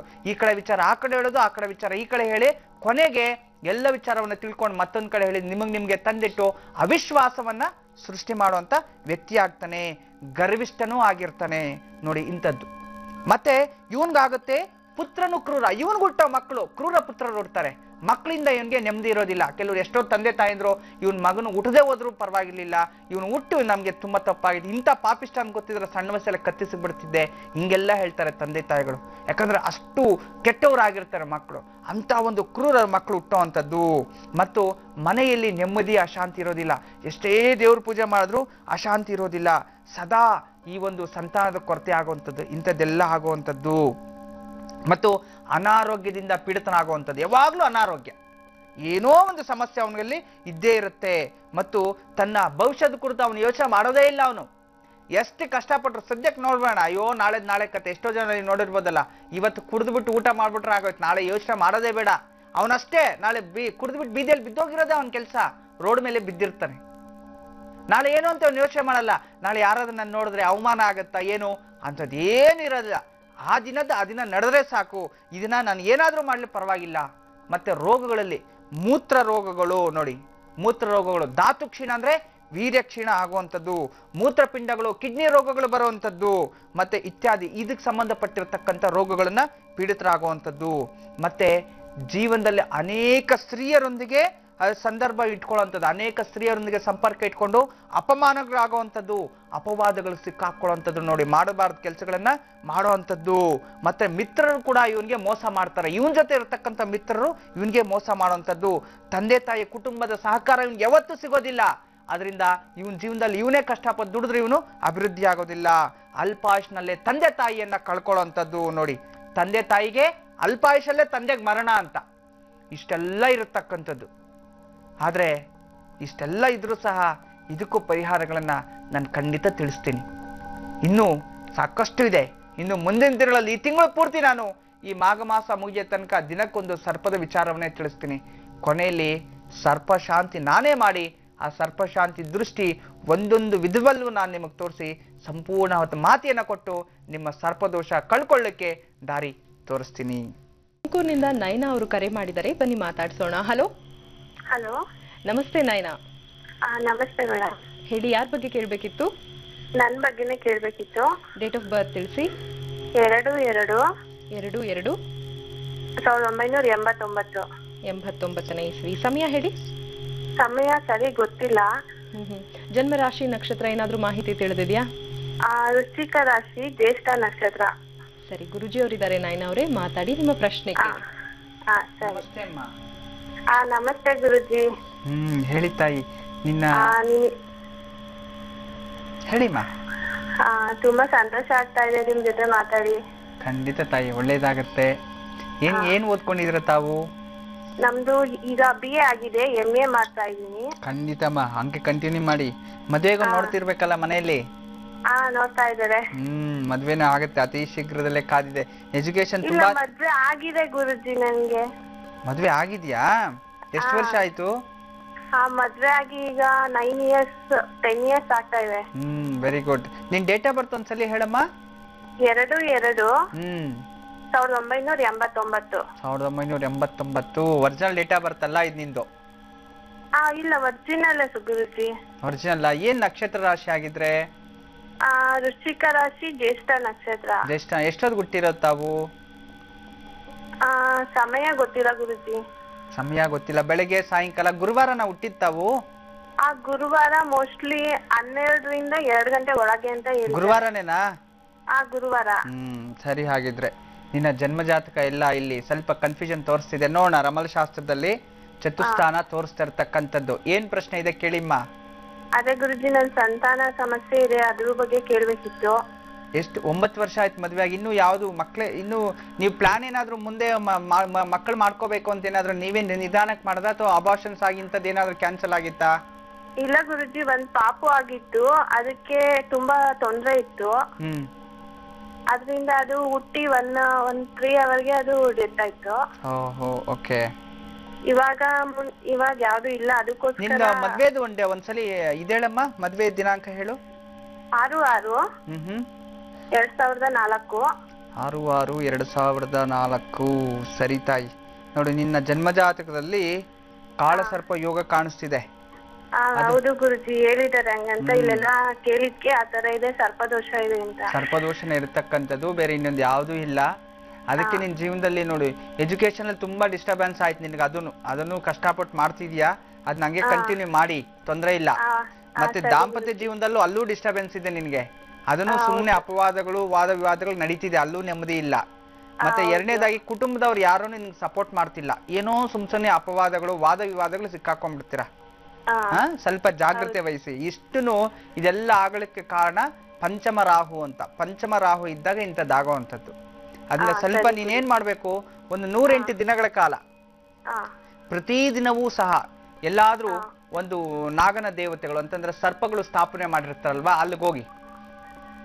ಅಲ್ಲಿಗೆ ಹೋಗಿ ವಿಶೇಷವಾಗಿ ನೀವೆಲ್ಲಾ ರೀತಿಯ ಒಂದು ಯಥಾಶಕ್ತಿ, ನಿನ್ಗೇನೋ ಹಣ್ಣು ಹಂಪಲು ಅಥವಾ ಹಾಲು ತಗೊಂಡೋಗಿ ಯಥಾಶಕ್ತಿ ಹಾಲು ಹಾಕಿ ಪೂಜೆ ಮಾಡ್ಕೊಂಡು ಮನೆಯಲ್ಲಿ ಒಂದು ಶಿವಲಿಂಗ, ಸಣ್ಣ ಶಿವಲಿಂಗ, ಆ ಶಿವಲಿಂಗದ ಮೇಲೆ ಸರ್ಪ ಇರ್ಬೇಕು ಅಂತದೊಂದು ತಂದಿಟ್ಕೊಳ್ಳಿ. ಅದನ್ನ ಸಾಯಂಕಾಲ ಅದಕ್ಕೆ ಪೂಜೆ ಮಾಡ್ಬೇಕು. 108 ದಿನ ಪೂಜೆ ಆದ ನಂತರ ಅದನ್ನ ಒಂದು ವೀಳ್ಯದೆಲೆ ಮೇಲೆ ಇಟ್ಟು ಉದ್ದಿನ ಕಾಳು ಜೊತೆಯಲ್ಲಿ ಯಾರಿಗಾದ್ರೂ ದಾನ ಕೊಟ್ಬಿಡಿ, ಋತ್ವಿಕರಿಗೆ. ಇದು ಮುಗಿದ ಈಗ ಮನೇಲಿ ಒಂದು ಲಿಂಗು ಇದೆ, ಅದಕ್ಕೆ ನಾವು ಪೂಜೆ ಮಾಡ್ಬೋದಾ ಅಥವಾ ಬೇರೆ ಹೊಸದಾಗಿ ತರ್ಬೋದಾ? ಲಿಂಗದ ಮೇಲೆ ಸರ್ಪ ಇದೆಯಾ? ಇದೆ. ಆ ಸರ್ಪ ಎತ್ಕೊಂಡು ಅದಕ್ಕೆ ಪೂಜೆ ಮಾಡಿ ಹಾಗಿದ್ರೆ. ಆದ್ರೆ ಅದನ್ನ ದಾನ ಕೊಡ್ಬೇಕಾಗತ್ ಮತ್ತೆ. ಸರಿನಾ? ಅದನ್ನ 108 ದಿನ ಪೂಜೆ ಆದ ನಂತರ ಅದನ್ನ ದಾನ ಕೊಟ್ಬಿಡಿ ಅಷ್ಟೇ. ಇದನ್ನ ಕರೆಕ್ಟ್ ಆಗಿ ಇದನ್ನೊಂದು ಮಾಡ್ಕೊಳ್ಳಿ. ಮತ್ತೆ ತುಂಬಾ ಎಚ್ಚರಿಕೆ ಇರಬೇಕು. ನೀವು ಈ ಒಂದು ವ್ರತವನ್ನು ಮಾಡ್ಬೇಕಾದ್ರೆ ಕೆಲವೊಂದು ಆಹಾರಗಳನ್ನ ತಿನ್ಬಾರ್ದು, ಸಾತ್ವಿಕ ಆಹಾರ ತಗೋಬೇಕು. ಅದ್ರಲ್ಲೂ ಯಾವ್ದಾವ್ ತಿನ್ಬಾರ್ದು, ಏನೇನ್ ತಿನ್ಬೇಕು ಅಂತ ಮುಂದಿನ ಸಂಚಿಕೆಗಳ ನಾನು ತಿಳಿಸ್ತೀನಿ. ಸರಿನಾ? ಕೆಲವೊಂದು ಪದಾರ್ಥಗಳನ್ನೇ ತಿನ್ನೋ ಹಾಗಿಲ್ಲ, ನಿಷಿದ್ಧ ಅಂತದೆಲ್ಲ ನಾನು ತಿಳಿಸ್ಕೊಡ್ತೀನಿ. ನೀವು ಆ ಸಂಚಿಕೆಗೋಸ್ಕರ ಕಾಯ್ತಾರೆ. ಬಟ್ ನಾಳೆಯಿಂದನೇ ಈ ವ್ರತವನ್ನ ಡೈಲಿ ಇದನ್ನ ಮಾಡ್ತಾ ಬನ್ನಿ. ಖಂಡಿತವಾಗ್ಲೂ ನಿಮ್ಗೆ ಒಳ್ಳೇದಾಗುವಂಥದ್ದು. ಅತಿ ಶೀಘ್ರದಲ್ಲಿ ನಿಮ್ಗೆ ಮದ್ವೆ ಈ ಒಂದು ಮಗುವಿನ ಸಂತಾನ ಪ್ರಾಪ್ತಿ ಆಗುತ್ತೆ ತಾಯಿ. ಒಳ್ಳೇದಾಗ್ಲಿ ನಯನ. ನಮಸ್ತೆ. ವೀಕ್ಷಕರೇ, ಹೆಬ್ಬಾಳದಿಂದ ರಶ್ಮಿ ಅವರು ಕರೆ ಮಾಡಿದ್ದಾರೆ, ಬನ್ನಿ ಮಾತಾಡ್ಸೋಣ. ಹಲೋ. ಹಲೋ, ನಮಸ್ತೆ ರಶ್ಮಿ ಅವರೇ. ನಮಸ್ತೆ ಮೇಡಮ್. ಹೇಳಿ, ಯಾರ ಬಗ್ಗೆ ಕೇಳ್ಬೇಕಿತ್ತು? ನಮ್ಮ ಅಣ್ಣ ಬಗ್ಗೆ ಕೇಳಬೇಕಿತ್ತು. ಅಣ್ಣನ ಹೆಸರನ್ನ ತಿಳಿಸಿ ರಶ್ಮಿ. ಯಶೋಧರ ಅಂತ. ಓಕೆ, ಡೇಟ್ ಆಫ್ ಬರ್ತ್ ಹೇಳಿ. 18 ಸೆಪ್ಟೆಂಬರ್ ಸೆಪ್ಟೆಂಬರ್ 1988. 18 ಸೆಪ್ಟೆಂಬರ್ 1988. ಸಮಯ ಹೇಳಿ ರಶ್ಮಿ. ಭಾನುವಾರ ಸಾಯಂಕಾಲ 5:30. ಜನ್ಮ ರಾಶಿ ನಕ್ಷತ್ರ ಗೊತ್ತಿದ್ಯಾ? ರಾಶಿ ಬಂದು ವೃಶ್ಚಿಕ ರಾಶಿ ಗೊತ್ತು, ನಕ್ಷತ್ರ ಗೊತ್ತಿಲ್ಲ. ಸರಿ, ಗುರುಜಿ ಅವರಿದ್ದಾರೆ, ಮಾತಾಡಿ, ನಿಮ್ಮ ಪ್ರಶ್ನೆ ಕೇಳಿ ರಶ್ಮಿ. ನಮಸ್ತೆ ಗುರುಗಳೇ. ನಮಸ್ತೆ ಅಮ್ಮ. ನಾನು ರಶ್ಮಿ ಅಂತ. ಹೇಳಿಮ್ಮ. ನಮ್ಮ ಅಣ್ಣ ಬಗ್ಗೆ ಕೇಳ್ಬೇಕಿತ್ತು ಗುರುಜಿ. ಅಣ್ಣನ ಬಗ್ಗೆ. ಅಣ್ಣನ ಹೆಸರು ಯಶೋಧರ ಅಂತ. ಯಶೋಧರ. ಭಾನುವಾರನ ಹುಟ್ಟಿದ್ದು ಅಣ್ಣ? ಭಾನುವಾರ ಗುರುಜಿ. ಭಾನುವಾರ ಹುಟ್ಟಿರ್ತಕ್ಕಂಥದ್ದು. ಜನ್ಮ ಜಾತಕ ತುಂಬಾ ಚೆನ್ನಾಗಿದೆ. ಕೋಪ ಜಾಸ್ತಿ ಮಾಡಿ ನನಗೆ, ತುಂಬಾ ಕೋಪಕ್ಕೆ ಕುಟುಂಬಕ್ಕೆ ಸ್ಪಂದಿಸಲ್ಲ. ಎಲ್ಲರ ಹತ್ರ ಚೆನ್ನಾಗಿದ್ದಾನೆ ಹೊರ್ಗಡೆ, ಮನೇಲಿ ನೀವೇನ್ ಮಾತಾಡಬಾರ್ದು, ಏನು ಕೇಳಬಾರ್ದು. ಏನಾದ್ರೂ ಮಾತಾಡೋದು ಹುಲಿನೇ ಇಲ್ಲ. ಈ ರೀತಿ ಆಗುವಂತದ್ದು. ಏನ್ ಓದಿದಾರ ಅಣ್ಣ? MBA ಮಾಡಿದಾರೆ ಗುರುಗಳೇ. ಏನ್ ಕೆಲಸ ಮಾಡ್ತಿದಾರ ತಾಯಿ? ಈಗ ಐಗೇಟ್ ಅಲ್ಲಿ MNC ಕಂಪನಿಯಲ್ಲಿ ವರ್ಕ್ ಮಾಡ್ತಾ ಇದ್ದಾರೆ ಗುರುಜಿ. ನೋಡಿ, ಇವ್ರ ಜಾತಕದಲ್ಲಿ ಪಂಚಮ ಸ್ಥಾನ ತೋರಿಸ್ತಿರ್ತಕ್ಕಂಥದ್ದು. ವಿಶೇಷವಾಗಿ ಈ ಪಂಚಮ ಸ್ಥಾನ ನಾವು ನೋಡಿದಾಗ ಇವ್ರಿಗೆ ಉದ್ಯೋಗನೂ ತುಂಬಾ ಚೆನ್ನಾಗಿದೆ, ಒಳ್ಳೆ ಹೆಸರು, ಒಳ್ಳೆ ಕೀರ್ತಿಯನ್ನ ಮಾಡ್ತಾರೆ. ಆದ್ರೆ ಇವ್ರದ್ದು ಹೇಗೆ ಅಂತಂದ್ರೆ, ಮನೆಗೆ ಒಂಥರ ಟೈಮಿಗೆ ಬರ್ಬೇಕು, ಹೋಗ್ಬೇಕು, ಮನೇಲಿ ಯಾವ್ದನ್ನು ಜವಾಬ್ದಾರಿ ತಗೊಳಲ್ಲ. ಇದು ಒಂದೇ ಸಮಸ್ಯೆ. ಮತ್ತೆ ಚಿಕ್ಕಾಪಟ್ಟೆ ಖರ್ಚು ಮಾಡ್ತಾರೆ ತಾಯಿ.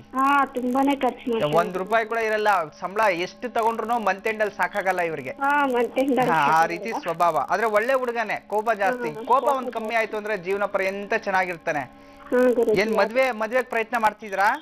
ಗುರುಜಿ, ಅದನ್ ಕೇಳ್ಬೇಕು ಅಂತಾನೆ. ಈ ಬೇರೆ ಯಾರು ಹೇಳಿದ್ರು 2 ಮದ್ವೆ ಯೋಗ ಇದೆ, ಡೈವೋರ್ಸ್ ಆಗತ್ತೆ, ಮತ್ತೆ ಅಪ್ಪ ಅಮ್ಮನು ಜೈಲಿಗೆ ಹೋಗ್ತಾರೆ ಅಂತ ತುಂಬಾ ಎದುರಿಸ್ಬಿಟ್ರು. ಅಪ್ಪ ಅಮ್ಮ ಜೈಲಿಗೆ ಹೋಗ್ತಾರ? ಯಾರ ಅಪ್ಪ ಅಮ್ಮ? ಹುಡ್ಗ ಅವ್ರ ಅಪ್ಪ ಅಮ್ಮ, ಅಂದ್ರೆ ನಮ್ಮ ಅಣ್ಣ ಅವ್ರ ಅಪ್ಪ ಅಮ್ಮ. ಅಂದ್ರೆ ನಿಮ್ ತಂದೆ ತಾಯಿನಾ?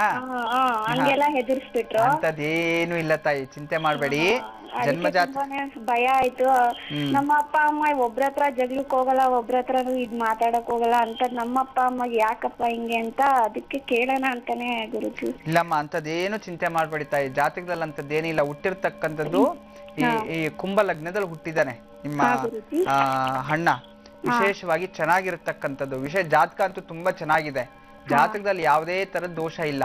ಈ ಮನುಷ್ಯನಿಗೆ ಕುಜ ದೋಷ ಇದೆ. ಕುಜ ದೋಷ ಇರೋದ್ರಿಂದ ಮದ್ವೆ ನಿಧಾನ ಆಗುತ್ತೆ. ಜಾತಕ ನೋಡಿದ್ರು ಸೆಟ್ ಆಗ್ತಿಲ್ಲ ಅಷ್ಟೇ. ಅದರ್ವೈಸ್ ಬೇರೆ ಇನ್ನೇನು ಇಲ್ಲ. ಯಾವ್ದು ಸಮಸ್ಯೆ ಬೇಡ. ನೀವು ಪ್ರತಿ ಮಂಗಳವಾರ ಸುಬ್ರಹ್ಮಣ್ಯ ಸ್ವಾಮಿ ದೇವಸ್ಥಾನದಲ್ಲಿ ಹಾಲಿನ ಅಭಿಷೇಕ ಒಂದು 16 ವಾರ ಕೊಟ್ಟು, ಮತ್ತೆ ಭಸ್ಮ ಹಣೆಗಿಟ್ಕೊಳ್ತೀವಲ್ಲ ವಿಭೂದಿ, ಆ ವಿಭೂದಿಯನ್ನ ಅಲ್ಲಿ ಭಕ್ತರ ಹಂಚ್ಕೊಳ್ಳೋದಕ್ಕೆ ಹೋದಾಗೆಲ್ಲ ಒಂದು 50 ಗ್ರಾಮ್ ತಗೊಂಡೋಗ ಅಲ್ಲಿ ದೇವಸ್ಥಾನದಲ್ಲಿ ಕೊಟ್ಬಿಡಿ. ಈ ರೀತಿ ಒಂದು 16 ವಾರ ಮಾಡಿಸಿ ನಿಮ್ಮ ಅಣ್ಣನ್ಗೆ ಹೇಳಿ, 16 ವಾರನು ಪ್ರತಿ ಮಂಗಳವಾರ ವಿಶೇಷವಾಗಿ ಸುಬ್ರಹ್ಮಣ್ಯ ಸ್ವಾಮಿ ದೇವಸ್ಥಾನಕ್ಕೆ ಹೋಗ್ಲೇಬೇಕು, ಅಥವಾ ದುರ್ಗಾದೇವಿ ದೇವಸ್ಥಾನಕ್ಕೆ ಹೋಗ್ಬೇಕು. ಈ 16 ವಾರನು ಪ್ಯೂರ್ಲಿ ವೆಜಿಟೇರಿಯನ್ ಆಗಿದ್ಬಿಟ್ರೆ ಈ ಮೇ ಕಳೆದ ನಂತರ ಮದುವೆ ನಿಶ್ಚಯ ಆಗುತ್ತೆ. ಅಂತದ್ ಯಾವ್ದು ಸಮಸ್ಯೆ ಇಲ್ಲ. 2 ಮದುವೆ ಆಗುವಂತ ದೋಷನೂ ಅಲ್ಲ, ಅಂತ ಜಾತಕನೂ ಅಲ್ಲ, ನಿಮ್ಮ ಅಣ್ಣನೂ ಅಂತ ಹುಡುಗನೂ ಅಲ್ಲ. ಕೋಪ ಒಂದಿದೆ ಹಾಗಂತೇಳಿ 2 ಮದುವೆ ಮಾಡೋದೇ ಖಂಡಿತವಾಗ್ಲೂ ಇಲ್ಲ ತಾಯಿ. ಒಳ್ಳೇದಾಗ್ಲಿ ಅಮ್ಮ. ನಾನು ಹೇಳಿದ್ದನ್ನು ಮಾಡಿ, ಮದುವೆನೂ ನಿಶ್ಚಯ ಆಗತ್ತೆ. ಇಂಥ ದೋಷ ಯಾವುದು ಇಲ್ಲ, ಭಯ ಪಡೋ ಅವಶ್ಯಕತೆನೂ ಇಲ್ಲ. ಒಳ್ಳೇದಾಗ್ಲಿ. ನಮಸ್ತೆ. ಈಗ ಪತ್ರಗಳತ್ತ ಸ್ವಲ್ಪ ಗಮನ ಹರಿಸೋಣ. ಸಾಕಷ್ಟು ಪತ್ರಗಳು ಬಂದಿದೆ ಗುರುಜಿ. ಹಾವೇರಿಯಿಂದ ಈ ಒಂದು ಪತ್ರ ಬಂದಿದೆ. ಸುರೇಶ್ ಅವರು ಪತ್ರವನ್ನ ಬರೀತಿದ್ದಾರೆ. ಪತ್ನಿ ಬಗ್ಗೆ ಕೇಳಬೇಕಿತ್ತು ಅಂತ ಹೇಳ್ತಿದ್ದಾರೆ. ಮದುವೆ ಆಗಿ 3 ವರ್ಷಗಳಾಯ್ತು ಗುರುಜಿ, ಆದ್ರೆ ನಮ್ಮ ಮನೆಯವರಿಗೆ ಗರ್ಭ ನಿಲ್ಲತ್ತೆ, ಆದ್ರೆ ಮಕ್ಕಳು ಬದುಕೋದಿಲ್ಲ. ಅದಕ್ಕೆ ನೀವೇ ಒಂದು ಪರಿಹಾರವನ್ನ ಸೂಚಿಸಿ ಅಂತ ಹೇಳ್ತಿದ್ದಾರೆ. ಕಾರ್ಯಕ್ರಮ ನೋಡಿದ ಮೇಲೆ ಬದುಕುವಂತ ಒಂದು ಆಸೆ, ಉತ್ಸಾಹ ನಮ್ಮಲ್ಲಿ ಬಂದಿದೆ. ದಯವಿಟ್ಟು ಪರಿಹಾರ ಸೂಚಿಸ್ಕೊಡಿ ಅಂತ ಕೇಳಿದ್ದಾರೆ. ಜೈ ಮಹಾಕಾಳಿ. 6ನೇ ಸ್ಥಾನ, 3ನೇ ಸ್ಥಾನ ಸೋದರ ಸ್ಥಾನ, ಕುಟುಂಬ ಸ್ಥಾನ. 3, 3, 6. 6ನೇ ಸ್ಥಾನ ಶತ್ರು ಸ್ಥಾನ. ನೋಡಿ, ಇಲ್ಲೇನಾಗಿದೆ, ಕುಟುಂಬ ಸ್ಥಾನ ವಂಶವನ್ನು ಬೆಳಿಬೇಕು, ಸೋದರ ಸಂಬಂಧಿಕರು ಇದಾಗಬೇಕು. ನಿಮ್ಮ ಜಾತಕದಲ್ಲಿ ಸೋದರ ಸೋದರಿಯರು ಭಾತೃಸ್ಥಾನ, ಭಾತೃಶಾಪ ಇರತಕ್ಕಂಥದ್ದು. ಈ ಭಾತೃಶಾಪ ಇರೋದ್ರಿಂದ ನಿಮ್ಮ ಮನೆಯವರಿಗೆ, ನಿನಗಲ್ಲ ತಾಯಿ, ನಿನ್ನ ಮನೆಯವರಿಗೆ ಭಾತೃಶಾಪ ಇರೋದ್ರಿಂದ ಈ ರೀತಿ ಮಿಸ್ಕ್ಯಾರೇಜಸ್ ಆಗ್ತಿದೆ. ಯಾಕೆಂದ್ರೆ ನೀನು ಅವರ ವಂಶದ ಕುಡಿಯನ್ನು ಬೆಳೆಸುವಂಥ ಹೆಣ್ಮಗಳು. ನಿನ್ನ ಗರ್ಭ ಚೆನ್ನಾಗಿದೆ, ನಿಂದು ಎಲ್ಲ ಆರೋಗ್ಯವಾಗಿರ್ತಕ್ಕಂಥದ್ದು. ಆದರೆ ನಿಮ್ಮ ಪತಿಯಿಂದ ಇಂಥದ್ದು ಇಷ್ಟು ಕರ್ಮ ಬಂದಿರತಕ್ಕಂಥದ್ದು ಭಾತೃಶಾಪ ಅಂತ ಹೇಳ್ತೀವಿ ಇದಕ್ಕೆ. ಆ ಭಾತೃಶಾಪ ಹೋಗಬೇಕು. ಪ್ರತಿ ಶನಿವಾರ ಒಂದು ಕೃಷ್ಣನ ದೇವಸ್ಥಾನಕ್ಕೆ ಹೋಗಿ, ಆ ಕೃಷ್ಣನ ದೇವಸ್ಥಾನಕ್ಕೆ ಹೋಗಿ ಸಣ್ಣ ಬಿದಿರಿನ ಕೊಳಲು ಊದೋ ಕೊಳಲು ಬರುತ್ತಲ್ಲ, ಆರತಿ ಒಂದು 3 ಕೊಳಲು ತಗೊಂಡೋಗಿ ಪ್ರತಿ ಶನಿವಾರ ಅಲ್ಲೋಗಿ ಪೂಜೆ ಮಾಡಿ, ಯಾರಾದರೂ ಮಕ್ಕಳು ಸಣ್ಣ ಮಕ್ಕಳು ಬಂದಿದ್ರೆ ಆ ಮಕ್ಕಳಿಗೆ ಒಂದೊಂದು ಕೊಳಲನ್ನು ಪ್ರೆಸೆಂಟ್ ಮಾಡಿ ಬಂದ್ಬಿಡೋಂಥದ್ದು. ಇಷ್ಟೇ, ಬೇರೆ ಇನ್ನೇನು ಅವಶ್ಯಕತೆ ಇಲ್ಲ. ಒಂದು 16 ಶನಿವಾರ ಮಾಡಿ, ಮತ್ತೆ ಸಂತಾನ ಗೋಪಾಲ ಸ್ವಾಮಿ ಅಷ್ಟೋತ್ತರವನ್ನು ಪ್ರತಿದಿನ ಮನೆಯಲ್ಲಿ ಒಂದ್ಸರಿ ಓದ್ಕೊಳ್ಳಿ. ಖಂಡಿತವಾಗ್ಲೂ ನಿನಗೆ ಈ 16 ವಾರ ಮುಗಿದು 3 ತಿಂಗಳಿಗೆ ಮತ್ತೆ ಗರ್ಭ ನಿಂತಿರುತ್ತೆ. ಯಾವುದೇ ಥರದ ಸಮಸ್ಯೆ ಇಲ್ಲದೆ ಸುಖ, ಒಂದು ಸಂತಾನವನ್ನು ಪ್ರಾಪ್ತಿಯಾಗುತ್ತೆ ತಾಯಿ. ಒಳ್ಳೇದಾಗ್ಲಿಮ್ಮ. ನಮಸ್ತೆ. ವೀಕ್ಷಕರೇ, ನೆರೆ ರಾಜ್ಯ ವೇಲೂರಿನಿಂದ ವರಲಕ್ಷ್ಮಿ ಅವರು ಕರೆ ಮಾಡಿದರೆ, ಬನ್ನಿ ಅವ್ರನ್ನ ಮಾತಾಡ್ಸೋಣ. ಹಲೋ, ನಮಸ್ತೆ ಮೇಡಮ್. ನಮಸ್ತೆ ವರಲಕ್ಷ್ಮಿ ಅವರೇ, ಹೇಳಿ, ಯಾರ ಬಗ್ಗೆ ಕೇಳಬೇಕಿತ್ತು? ನನ್ನ ಬಗ್ಗೆನೇ ಕೇಳಬೇಕಿತ್ತು ಮೇಡಮ್. ಡೇಟ್ ಆಫ್ ಬರ್ತ್ ಹೇಳಿಮಾ. 23/3/73 ಮೇಡಮ್. 23/3/73ನೇ ಇಸವಿ. ಸಮಯ ಹೇಳಿ. ಶುಕ್ರವಾರ ಬೆಳಗ್ಗೆ 6 ಗಂಟೆಗೆ. ಬೆಳಗ್ಗೆ 6 ಗಂಟೆಗೆ. ಜನ್ಮ ರಾಶಿ ನಕ್ಷತ್ರದ ಬಗ್ಗೆ ಮಾಹಿತಿ ನಕ್ಷತ್ರ ಗೊತ್ತಿಲ್ಲ ಮೇಡಮ್. ರಾಶಿ ಋಷಭ ರಾಶಿ. ವೃಷಭ ರಾಶಿ ಅಂತ ಹೇಳ್ತಿದ್ರ. ಗುರುಜಿ ಅವರಿದ್ದಾರೆ, ವರಲಕ್ಷ್ಮಿ ಅವರೇ ಮಾತಾಡಿ, ನಿಮ್ಮ ಪ್ರಶ್ನೆ ಕೇಳಿ. ನಮಸ್ತೆ. ನಮಸ್ತೆ ಗುರುಜಿ. ಹೇಳಿ ತಾಯಿ. ಗುರುಜಿ, ತುಂಬಾ ದಿನದಿಂದ ಟ್ರೈ ಮಾಡ್ತಾ ಇದ್ವಿ ಗುರುಜಿ, ಇವತ್ತೇ ಸಿಕ್ತು, ತುಂಬಾ ಸಂತೋಷ. ನಿನ್ ಶುಕ್ರವಾರ ನಮ್ಮ ಹುಟ್ಟಿರೋದು? ಹೌದು ಗುರುಜಿ. ಶುಕ್ರವಾರ ಹುಟ್ಟಿದ್ದಾರೆ ಅಂತ ವರಲಕ್ಷ್ಮಿ ಅಂತ ಹೆಸರಿಟ್ಬಿಟ್ಟಿದ್ದಾರೆ ಅಷ್ಟೇ ನಿನ್ಗೆ. ಆದ್ರೆ ನಿಂದು ವಿಶಾಖ ನಕ್ಷತ್ರ. ಹೌದಾ ಗುರುಜಿ? ವಿಶಾಖ ನಕ್ಷತ್ರ ತುಲಾ ರಾಶಿಯಲ್ಲಿ ಹುಟ್ಟಿದ್ಯಾ? ತುಲಾ ರಾಶಿನ ಗುರುಜಿ? ವಿಶಾಖ ನಕ್ಷತ್ರ ತುಲಾ ರಾಶಿ. ಮುಂದೆ ಅದನ್ನ ಫಾಲೋ ಮಾಡು. ಆಯ್ತು ಗುರುಜಿ. ಸರಿ ನೋಡು, ನಿನ್ಗೆ ಜಾತಕ ಏನೋ ತುಂಬಾ ಚೆನ್ನಾಗಿದೆ, ಆದ್ರೆ ನಿನ್ಗೆ 16ನೇ ವರ್ಷದಿಂದ ಇವತ್ತಿನ ತನಕ ನೆಮ್ಮದಿ ಇಲ್ಲ ತಾಯಿ. ಆಯ್ತು ಗುರುಜಿ. ಸಣ್ಣ ವಯಸ್ಸಿಂದಾನೇ ನಿನ್ ಕಷ್ಟದ ಜೀವನ ಮಾಡ್ತಿದ್ಯಾ? ಹೇಳಿ ಗುರುಜಿ. ಸಣ್ಣ ವಯಸ್ಸಿಂದಾನೆ ಎಲ್ಲಾ ಭಗವಂತ ಎಲ್ಲಾ ಇರುತ್ತೆ, ಬಟ್ ಯಾವ್ದಲ್ಲೂ ನೆಮ್ಮದಿ ಇರಲ್ಲ. ಹೇಳಿ ಗುರುಜಿ. ಏನ್ ಕೆಲಸ ಮಾಡತ್ ತಾವು? ನಾನು ಒಂದು ಚಿಕ್ಕದಾಗಿ ಒಂದು ಬ್ಯೂಟಿ ಪಾರ್ಲರ್ ಇಟ್ಟಿದ್ದೀನಿ ಗುರುಜಿ. ಅದು ಈಗ ಅಷ್ಟೊಂದು ಚೆನ್ನಾಗಿ ಹೋಗ್ತಾ ಇಲ್ಲ. ಇತ್ತೀಚೆಗೆ ಮೈ ಸ್ವಲ್ಪ ಹುಷಾರಿಲ್ಲ ಗುರುಜಿ. ಅದು ತುಂಬಾ ತೊಂದರೆ ಕೊಡ್ತಾ ಇದೆ 1 ವರ್ಷದಿಂದ. ಡಾಕ್ಟರ್ ಹತ್ರ ಹೋಗಿ ತೋರಿಸಿದ್ದೀನಿ, ಏನಿಲ್ಲ ಅಂತಾರೆ, ಆದ್ರೆ ಏನು ಒಂದ್ ತರ ಇದೆ ಗುರುಜಿ. ಹೇಳಿ ಗುರುಜಿ, ಹೇಗಿದೆ ನನ್ನ? ಖಂಡಿತವಾಗ್ಲೂ ಚೆನ್ನಾಗತ್ತೆ ತಾಯಿ, ಚಿಂತೆ ಮಾಡ್ಬೇಡ. ನಿನ್ನ ಜನ್ಮ ಜಾತಕದಲ್ಲಿ ಶನಿ ಗುರು 6ನೇ ಸ್ಥಾನದಲ್ಲಿ ಕೂತಿರ್ತಕ್ಕಂಥದ್ದು ಅಂತಂದ್ರೆ ನಿನ್ಗೆ ಹಾರ್ಮೋನ್ಸ್ ರಿಲೇಟೆಡ್ ಗರ್ಭಕೋಶದ ತೊಂದರೆಗಳನ್ನ ಜಾಸ್ತಿ ಬರುತ್ತೆ ಅಂತಿದೆ ಜಾತಕದಲ್ಲಿ. ಆ ಒಂದು ಸಮಸ್ಯೆಯಿಂದ ನಿನ್ನ ದೇಹದಲ್ಲಿ ಸ್ವಲ್ಪ ವ್ಯತ್ಯಾಸಗಳಾಗ್ತಾ ಇದೆ. ಫಸ್ಟ್ ಅದಕ್ಕೆ ನೀವು ಟ್ರೀಟ್ಮೆಂಟ್ ತಗೊಳ್ಳಿ, ತೊಂದರೆ ಇಲ್ಲ. ಮತ್ತೆ ಎರಡನೇದಾಗಿ ಪ್ರತಿದಿನ ಯಾವ್ದಾದ್ರೂ ಗುರುಗಳ ದೇವಸ್ಥಾನ, ದತ್ತಾತ್ರೇಯ, ರಾಘವೇಂದ್ರ ಸ್ವಾಮಿ, ಸಾಯಿಬಾಬಾ ಇಂಥ ದೇವಸ್ಥಾನಕ್ಕೆ ಹೋಗಿ ಅಲ್ಲಿ ಒಂದು ತುಪ್ಪದ ದೀಪ ಹಚ್ಬಿಟ್ಟು ಬನ್ನಿ. ಒಂದು 3 ತಿಂಗಳ ಕಾಲ ಸತತವಾಗಿ ಮಾಡ್ಕೊಳ್ಳಿ ಅಷ್ಟೇ, ಬೇರೆ ಇನ್ನೇನು ಅವಶ್ಯಕತೆ ಇಲ್ಲ. ಮತ್ತೆ ಈಗ ಇಷ್ಟೇ ನಿಮ್ಗೆ ಶನಿ ಬಂದಿತ್ತು, ಶನಿ ದೋಷ ನಡೀತಾ ಇತ್ತು 7.5 ಅಂತ. ಈ ಒಂದು ನವೆಂಬರ್ ಬಂದ್ರೆ 5 ವರ್ಷ ಕಳೆದೇ ಹೋಗುತ್ತೆ. ಆದ್ರೆ ಇನ್ನು 2.5 ವರ್ಷ ಇರುತ್ತೆ ಅಂತಂದ್ರೆ 7.5 ವರ್ಷ ಅಂತ. ಈ 3 ವರ್ಷಗಳಿಂದ ಇತ್ತೀಚೆಗೆ ಮಾನಸಿಕವಾಗಿಯೂ ನೆಮ್ಮದಿ ಇಲ್ಲ, ಈ ಕಡೆ ಬಿಸ್ನೆಸ್ ಅಲ್ಲೂ ನೆಮ್ಮದಿ ಇಲ್ಲ, ಆರೋಗ್ಯದಲ್ಲೂ ನೆಮ್ಮದಿ ಇಲ್ಲ. 1 ವರ್ಷ 3 ವರ್ಷದಿಂದಾನೇ ಸ್ಟಾರ್ಟ್ ಆಗಿದೆ. ಇನ್ ಮುಂದೆ ಸರಿ ಹೋಗುತ್ತೆ, ಚಿಂತೆ ಮಾಡಬೇಡಿ. ಗುರುವನ್ನ ಅತಿ ಹೆಚ್ಚು ಆರಾಧನೆ ಮಾಡಿ. ಇನ್ನು ಹುಟ್ಟಿರೋದು ಗುರು ದಶೆಯಿಂದ ಗುರುಗಳನ್ನ ತುಂಬಾ ಪೂಜೆ ಮಾಡಬೇಕು. ಪ್ರತಿದಿನವೂ ಗುರುಗಳ ದೇವಸ್ಥಾನಕ್ಕೆ ಹೋಗಿ ಒಂದು ತುಪ್ಪ ದೀಪ ಹಚ್ಚಿ ಬರ್ತಿದ್ರೆ ನಿನ್ನ ಆರೋಗ್ಯದ ಸಮಸ್ಯೆವೂ ನಿವಾರಣೆ ಆಗುತ್ತೆ, ಬಿಸ್ನೆಸ್ಸು ಚೆನ್ನಾಗಾಗುತ್ತೆ ತಾಯಿ. ಒಳ್ಳೇದಾಗ್ಲಿ ಅಮ್ಮ. ನಮಸ್ತೆ. ಗುರುಜಿ, ಒಂದು ಪತ್ರವನ್ನ ನೋಡೋಣ. ಚಿತ್ರದುರ್ಗದಿಂದ ಪತ್ರ ಒಂದು ಬಂದಿದೆ. ನಾಗರಾಜ್ ಅವರು ಬರೆದಿದ್ದಾರೆ. 19/10/79ನೇ ಇಸವಿಯಲ್ಲಿ ಜನನ, ಶುಕ್ರವಾರ ಸಂಜೆ 5:15ಕ್ಕೆ, ಹಸ್ತ ನಕ್ಷತ್ರ, ವೃಶ್ಚಿಕ ರಾಶಿ ಅಂತ ಹೇಳ್ತಿದ್ದಾರೆ. MA BEd ಪದವೀಧರನಾಗಿದ್ದೀನಿ. ಆದರ್ಶ ಶಿಕ್ಷಕನಾಗಬೇಕು ಅನ್ನುವಂತ ಸಾಕಷ್ಟು ಒಂದು ಆಸೆ ಇದೆ. ಆದ್ರೆ ಎಷ್ಟೇ ಶ್ರಮ ವಹಿಸಿದ್ರು ಕೂಡ ಶಿಕ್ಷಕರಿಗೆ ಒಂದು CET ಇರುತ್ತೆ. ಆ ಸಾಮಾನ್ಯ ಪ್ರವೇಶ ಪರೀಕ್ಷೆಯಲ್ಲಿ ನಾನು ಉತ್ತೀರ್ಣನಾಗ್ತಾ ಇಲ್ಲ, ತುಂಬಾ ಕಷ್ಟ ಆಗ್ತಿದೆ ಅಂತ ಹೇಳ್ತಿದ್ದಾರೆ. ರಾಮಕೃಷ್ಣ ಮಿಷನ್ ಇಂದ ಮಂತ್ರ ದೀಕ್ಷೆಯನ್ನ ಕೂಡ ಪಡ್ಕೊಂಡಿದ್ದೀನಿ. ಆದ್ರೆ ಶ್ರದ್ಧೆ, ಭಕ್ತಿ ಏನೋ ಇದೆ, ಆಸಕ್ತಿ, ಆತ್ಮವಿಶ್ವಾಸ ಕುಗ್ಗಿ ಹೋಗ್ತಾ ಇದೆ. ಏನ್ ಮಾಡ್ಬೇಕು ಒಬ್ಬ ಆದರ್ಶ ಶಿಕ್ಷಕನಾಗಕ್ಕೆ? ಸಲಹೆ ಕೊಡಿ ಜ್ಯೋತಿಷ್ಯದ ಮೂಲಕ ಅಂತ ಹೇಳ್ತಿದ್ದಾರೆ. ನೋಡಪ್ಪ, ನಿನ್ನ ಜಾತಕದಲ್ಲಿ ರಮಣಶಾಸ್ತ್ರ ಪ್ರಕಾರ ಚೆನ್ನಾಗಿ ತೋರಿಸ್ತಿರ್ತಕ್ಕಂಥದ್ದು ದ್ವಿತೀಯ ಸ್ಥಾನ ಮತ್ತೆ ತೃತೀಯ ಸ್ಥಾನ, ಪಂಚಮ ಆಯಿತು. ವಿಶೇಷವಾಗಿ ಉದ್ಯೋಗ ಸ್ಥಾನ ಯಾವ ರೀತಿ? ದ್ವಿತೀಯ ಪ್ಲಸ್ ತೃತೀಯ ಪಂಚಮ. ಪಂಚಮ ಅಂದ್ರೆ 5 × 2 10 ಉದ್ಯೋಗ ಸ್ಥಾನ. ಉದ್ಯೋಗ ಸ್ಥಾನದಲ್ಲಿ ಗುರು ಇರತಕ್ಕಂಥದ್ದು. ಖಂಡಿತವಾಗ್ಲೂ ನೀನು ಉತ್ತಮ ಶಿಕ್ಷಕರ ಹಾಗೇ ಹಾಕ್ತೀರ, ನಿನ್ನಲ್ಲಿ ಆ ಯೋಗ ಇದೆ.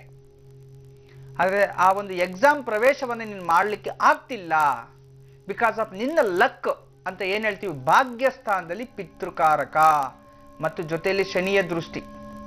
ನಿನ್ನ ಭಾಗ್ಯದ ಮೇಲೆ ಶನಿಯ ದೃಷ್ಟಿ ಇರೋದ್ರಿಂದ ಏನಾಗ್ತಿದೆ, ಲಕ್ ಅನ್ನೋದು ಬರ್ತಿಲ್ಲ. ಚಿಂತೆ ಮಾಡಬೇಡ. ಈ ಒಂದು ಉಂಗುರದ ಬೆರಳಿಗೆ ಒಂದು ರೂಬಿ ರತ್ನವನ್ನ ಹಾಕು. ಮಾಣಿಕ್ಯ ಕೆಂಪು ಅಂತ ಹೇಳ್ತೀವಿ. ಉಂಗುರದ ಬೆರಳಿಗೆ ಬೆಳ್ಳಿಯ ಒಂದು ಧಾತುವಿನಲ್ಲಿ ಮಾಡಿಸಿ ಅದನ್ನ ಭಾನುವಾರದ ದಿನನೇ ಈ ಉಂಗುರದ ಬೆರಳಿಗೆ ಹಾಕ್ಕೋಬೇಕು. ಹಾಕ್ಕೊಂಡು ಪ್ರತಿ ಭಾನುವಾರ ಒಂದು ತುಳಸಿ ಮಾಲೆಯನ್ನ ವಿಷ್ಣು ದೇವಸ್ಥಾನಕ್ಕೆ ಒಂದು 16 ವಾರಗಳ ಕೊಡು. ನಿನ್ನ ಆತ್ಮವಿಶ್ವಾಸವು ಬೆಳೆಯುತ್ತೆ. ಖಂಡಿತವಾಗ್ಲೂ ನಿನಗೆ ಮತ್ತೆ ಈ ಸರಿ ಎಕ್ಸಾಮ್ ಕಾಲ್ಫರ್ ಆಗಿದ ತಕ್ಷಣ ಎಕ್ಸಾಮ್ ಅಟೆಂಡ್ ಮಾಡು. ನೀನು ವಿಜಯ ಅನ್ನೋದು ನಿನ್ನ ಕಡೆ ಹಾಗೆ ಆಗತ್ತೆ. ಇದು ಸತ್ಯ. ನಾನು ಹೇಳೋದನ್ನ ಮಾಡಿದ್ರೆ ಖಂಡಿತವಾಗ್ಲೂ ದಿಗ್ವಿಜಯವನ್ನ ಸಂಪಾದಿಸ್ತೀರಿ. ಒಳ್ಳೇದಾಗ್ಲಿ ಅಪ್ಪ. ನಮಸ್ತೆ. ವೀಕ್ಷಕರೇ, KR ಪುರಮಿಂದ ರಮ್ಯಾ ಅವರು ಕರೆ ಮಾಡಿದರೆ ಮಗಳ ಬಗ್ಗೆ ಕೇಳಬೇಕು ಅಂತ ಹೇಳ್ತಾರೆ. ಬನ್ನಿ ಮಾತಾಡ್ಸೋಣ. ಹಲೋ, ನಮಸ್ಕಾರ. ನಮಸ್ತೆ ರಮ್ಯಾ ಅವರೇ, ಹೇಳಿ. ಮಗಳ ಬಗ್ಗೆ ಕೇಳಬೇಕು ಅಂದ್ರಿ, ಮಗಳ ಹೆಸರನ್ನ ಹೇಳಿ. ಮಗಳು ಚಂದನ. ಚಂದನ. ಡೇಟ್ ಆಫ್ ಬರ್ತ್ ತಿಳಿಸಿ. 15/5/2007. 2007. ಸಮಯ ಹೇಳಿಮ್ಮ.